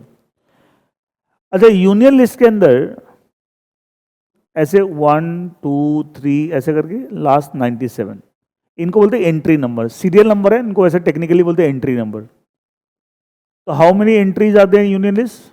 97। स्टेट लिस्ट में से 66 एंट्रीज हैं, और यहां पे 47। आई थिंक दीपक सर ने भी शायद सुबह बताया होगा आपको, ठीक है। 97, 66 एंड 47। क्लियर है? और दीपक सर में कई सारी चीजें हमारे में कॉमन हो जाएगी। He has been my student, Deepak sir मेरे से पढ़े हुए हैं, ठीक है। मेरी ठीक ठाक एज है, आई एम 50+। हाँ, आई एम 50+, ठीक है। तो वो दीपक सर भी पढ़े हुए हैं, वैभव सर भी पढ़े हुए हैं मेरे से, ठीक है। तो वो इसलिए ना कई चीज़ आपको कॉमन से नजर आएगी कि मेरे से पढ़े तो एक स्टाइल ऑफ टीचिंग में भी या कोई चीज़ें कॉमन, वो देखो वो क्यों लॉ ही, क्योंकि उनको पता है कि सब ये भी लॉज हैं उनके। नहीं ज़्यादा टैक्स पढ़ो ना और जगह, मैं टैक्स पढ़ा रहा हूँ, लॉ वो पढ़ाएंगे, तू क्या पढ़ा रहा है, टैक्स का लॉ नहीं है। ये बोलना चाहिए स्पेसिफिक लॉज हम पढ़ा रहे हैं, टैक्सेशन रिलेटेड लॉ पढ़ा रहे हैं। टैक्स के टीचर बोलते हैं अच्छा लॉ तो वो सर पढ़ाएंगे, मैं टैक्स पढ़ाऊंगा। गजब भाई, ये टैक्सेशन लॉ नहीं है। गजब, कैसी बातें करते हैं, टीचर बोलते हैं। फिर वो टीचर पता है टैक्स से पढ़ाते हैं, खाली वो जोड़ घटाव करा देते हैं, वो कंसेप्ट नहीं समझाएंगे। इनकम टैक्स के सेक्शंस को बहुत डिटेल में नहीं समझाएंगे। तो दीपक सर से पढ़ा एक एक सेक्शन को बहुत बारीकी से समझाएं। इस सेक्शन के प्रोविजन ही क्लियर नहीं है तो क्वेश्चन उसको अप्लाई, उसी को अप्लाई करो क्वेश्चन सॉल्व करने में, ठीक है। वही क्लियर नहीं है क्या क्वेश्चन सॉल्व, फिर वो क्वेश्चन रटवाते हैं, ये क्वेश्चन ऐसे सॉल्व करेंगे, ये क्वेश्चन ऐसे सॉल्व करेंगे, ये वाला क्वेश्चन ऐसे सॉल्व, ये कराते रहते टीचर। पूरा समझा दो ना कि लॉ क्या है, फिर क्वेश्चन तो अपने आप सॉल्व हो जाएंगे। तरीका ही बहुत गलत अजीब सा है, ठीक है। देखिए ये 3 हिंदुस्तान में आज तक जितने भी लॉ बने हैं या बन रहे हैं या आगे बनेंगे, इन 3 लिस्ट के बाहर कुछ भी नहीं है। इन 3 लिस्ट के बाहर कुछ भी नहीं है। जितने भी एक्ट्स बने हुए हैं और जितने भी एक्ट्स बन रहे हैं या आगे बनेंगे, वो कहां से बनेंगे? On any of the matters given in any of the 3 list, union list, state list and the concurrent list. अच्छा, जैसे यहाँ एंट्री नंबर 1, यहाँ पे एक मैटर दे रखा होगा, ये एंट्री नंबर 2, यहाँ एक मैटर दे रखा, तो जो भी लॉ बनते हैं इनसे इन मैटर्स पे बनते हैं, इन मैटर्स पे बनते हैं, ऐसे स्टेट लिस्ट में, ऐसे कॉन्करेंट लिस्ट पे। क्लियर है? पहली बात, ये 3 लिस्ट क्यों बनाई? अच्छा, मैंने लॉ इन मैटर से बनते जो 3 लिस्ट में दे रखे हैं, इसके बाहर कोई भी लॉ नहीं बनता है। लॉ बनाता कौन है? लेजिस्लेचर। तो लेजिस्लेचर के बाद हमारे पास क्या एक लेजिस्लेचर है या 2 तरह के लेजिस्लेचर हैं? एक सेंट्रल लेवल पे है, that is only one for the entire country, और एक स्टेट वाइज, हर एक स्टेट का अलग है, हर एक स्टेट का। तो क्योंकि लेजिस्लेचर भी 2 पार्ट में बटा हुआ है, इसलिए क्या हमें लॉ बनाने की पावर को भी डिवाइड करना पड़ेगा, है ना? ये कौन से मैटर पे पार्लियामेंट लॉ बनाएगा, यूनियन लेजिस्लेचर, कौन से मैटर पे स्टेट लेजिस्लेचर बनाएगा, क्या उसके लिए मुझे पावर्स को डिवाइड करना पड़ेगा? ये सुनो, इसलिए लिस्ट बना रखी, इसलिए लिस्ट, हर चीज लॉजिक है, हर चीज लॉजिक है। अच्छा, हमारे कंट्री में अगर लेजिस्लेचर एक ही होता, अगर 2 तरह का लेजिस्लेचर नहीं होता, तो अलग अलग लिस्ट बनानी होती? सीधा हम एक लिस्ट बनाया, इन सब पे लॉ कौन बनाएगा? लेकिन एक ही है। लेकिन क्योंकि हमारे कंट्री में एक नहीं, क्या है, we have 2 sets of legislature, one parliament that is the central legislature, that is one for the entire country, and एक स्टेट जो हर एक स्टेट का अपना अलग अलग है। ये सुनो, तो इसलिए मुझे लॉ बताना पड़ेगा ना, कौन से मैटर पे लॉ सेंट्रल लेजिस्लेचर बनाएगा, कौन से मैटर पे स्टेट लेजिस्लेचर। ये सुनो, ये सुनो, एंड इसलिए आपको लॉ मेकिंग पावर्स जो हैं, क्योंकि इन्हीं पे लॉ बनता है, इसके बाहर कुछ भी नहीं है। लॉ मेकिंग पावर को 3 पार्ट में डिवाइड कर दिया। क्या कर दिया? 3 पार्ट में डिवाइड। अच्छा, यूनियन लिस्ट मैटर पे लॉ कौन बनाएगा? Parliament, that is the union legislature, that is Lok Sabha and Rajya Sabha, एक ही बात है ना? अच्छा, क्योंकि पार्लियामेंट ही लॉ बनाएगा, तो पार्लियामेंट तो हमारे कंट्री में एक ही है, तो ये जो लॉ बनते होंगे the union list matter being made by parliament, क्या ये one law for the entire country? क्या same law for the entire country? ये सुनो, जैसे कंपनीज एक्ट 2013 पढ़ोगे इसी पेपर में, सिलेबस में, इनकम टैक्स 1961 जो टैक्सेशन लॉ के पेपर में, सिलेबस में, ये सब आपको यूनियन लिस्ट के अलग अलग मैटर बने हुए हैं। यूनियन लिस्ट में टोटल 97 मैटर, अलग अलग मैटर बने हुए हैं। इसका मतलब क्या हुआ? क्योंकि ये यूनियन लिस्ट के किसी मैटर पे लॉ बने हुए हैं, तो ये स्टेट वाइज में कोई डिफरेंस आएगा? पूरे कंट्री के लिए सेम है। कंपनीज एक्ट 2013 के स्टेट वाइज कोई फर्क है? पूरे कंट्री के लिए सेम है, पूरे कंट्री के लिए same. Why? Because companies act 2013 is a law made by parliament on some matter given in the union list. Union list के एंट्री नंबर 43 में कंपनीज एक्ट के बारे में मैटर दे रखा है, उसके ऊपर कंपनीज एक्ट बना हुआ है। कहां पे दे रखा है? Entry number 43 of the union list, entry number 43 of the union list. Clear? ऐसे लोग क्या पूरे कंट्री के लिए सेम चलेंगे? ये सुनो, ये सुनो। अच्छा, एक कंपनी दिल्ली में बने, यूपी में बने, मतलब उसका रजिस्टर्ड ऑफिस इनकॉर्पोरेट, ठीक है, रजिस्टर्ड ऑफिस किसी न किसी स्टेट में होगा, वेस्ट बंगाल में हो, महाराष्ट्र में हो, आंध्र प्रदेश में हो, तमिलनाडु में हो, कोई फर्क पड़ता है? क्या same company law will apply? Yes और no? Why? Because companies act is a law made on the union list matter. अच्छा, जो स्टेट लिस्ट मैटर है 66, इस पे कौन लॉ बनाएगा? State legislature. कौन बनाएगा? State legislature. अच्छा, स्टेट लेजिस्लेचर हमारे कंट्री में एक है या स्टेट वाइज है? स्टेट वाइज है। तो क्या सेम स्टेट लिस्ट मैटर पे क्या एक स्टेट का स्टेट लेजिस्लेचर अलग लॉ बना सकता है? On the same state list matter क्या दूसरे स्टेट का स्टेट लेजिस्लेचर अलग लॉ बना सकता है? हाँ या ना? तो ऐसे laws throughout the country same होते हैं, स्टेट टू स्टेट वेरी करते हैं? स्टेट टू स्टेट वेरी करते हैं, वो एक जैसे आपको नजर नहीं आएंगे। अलग अलग स्टेट में सेम मैटर पे, मैं एक छोटा सा एग्जांपल देता हूं। Police is a state list matter. सुना कभी कि देश की, इंडिया की पुलिस है, क्या बोलते हैं? Delhi police, Haryana police, UP police, बोलते हो महाराष्ट्र पुलिस। क्यों? Police is a matter given where? In the state list. ऐसे देखो, हर एक स्टेट की अपनी अलग पुलिस है। तो सुना कि इंडिया की पुलिस, सुना है? अरे सुना है क्या?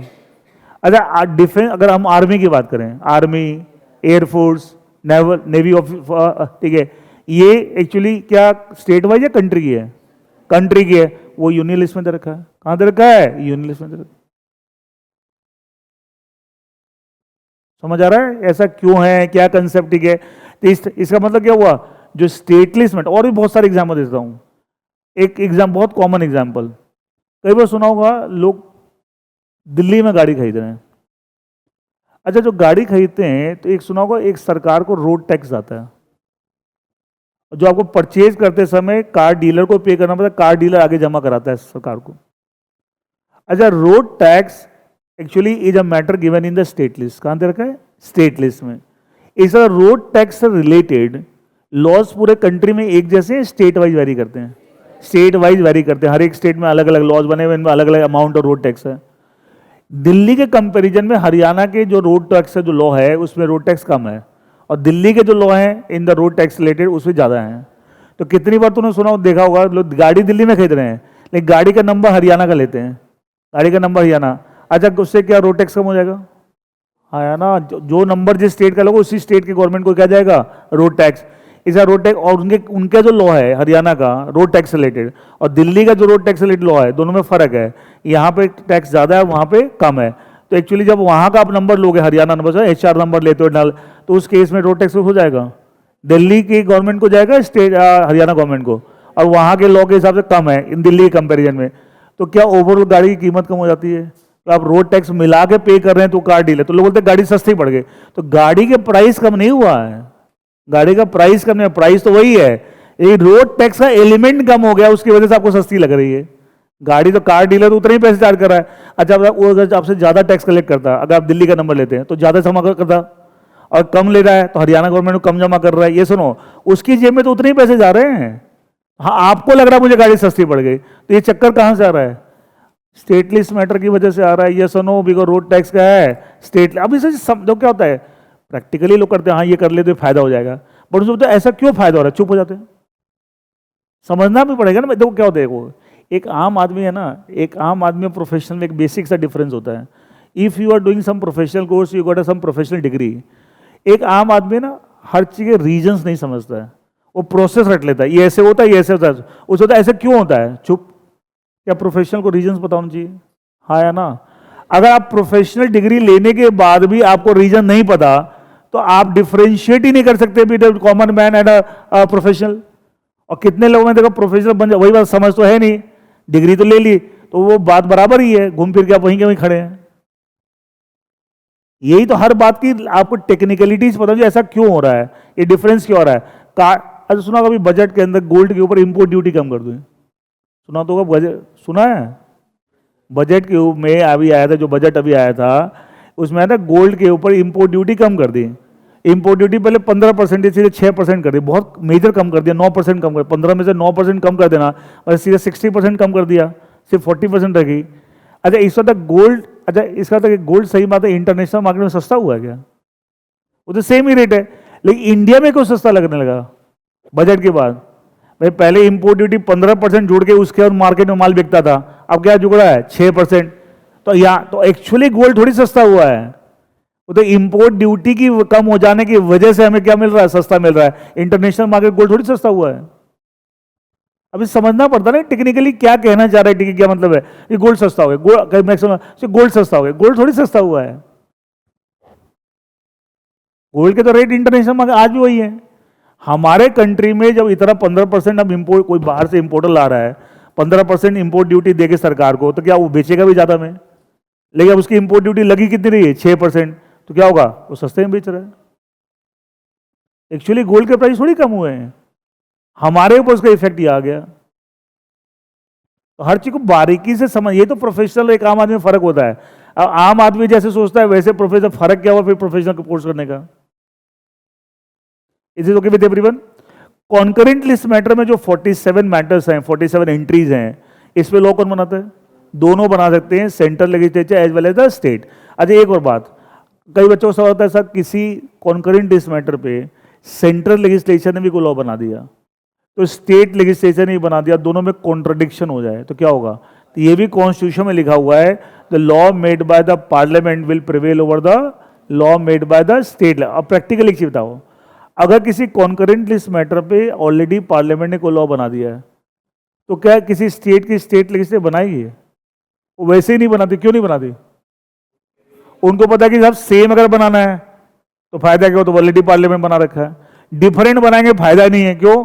प्रिवेल क्या करेगा पार्लियामेंट का, तो फायदा क्या है? वो बनाते ही नहीं है।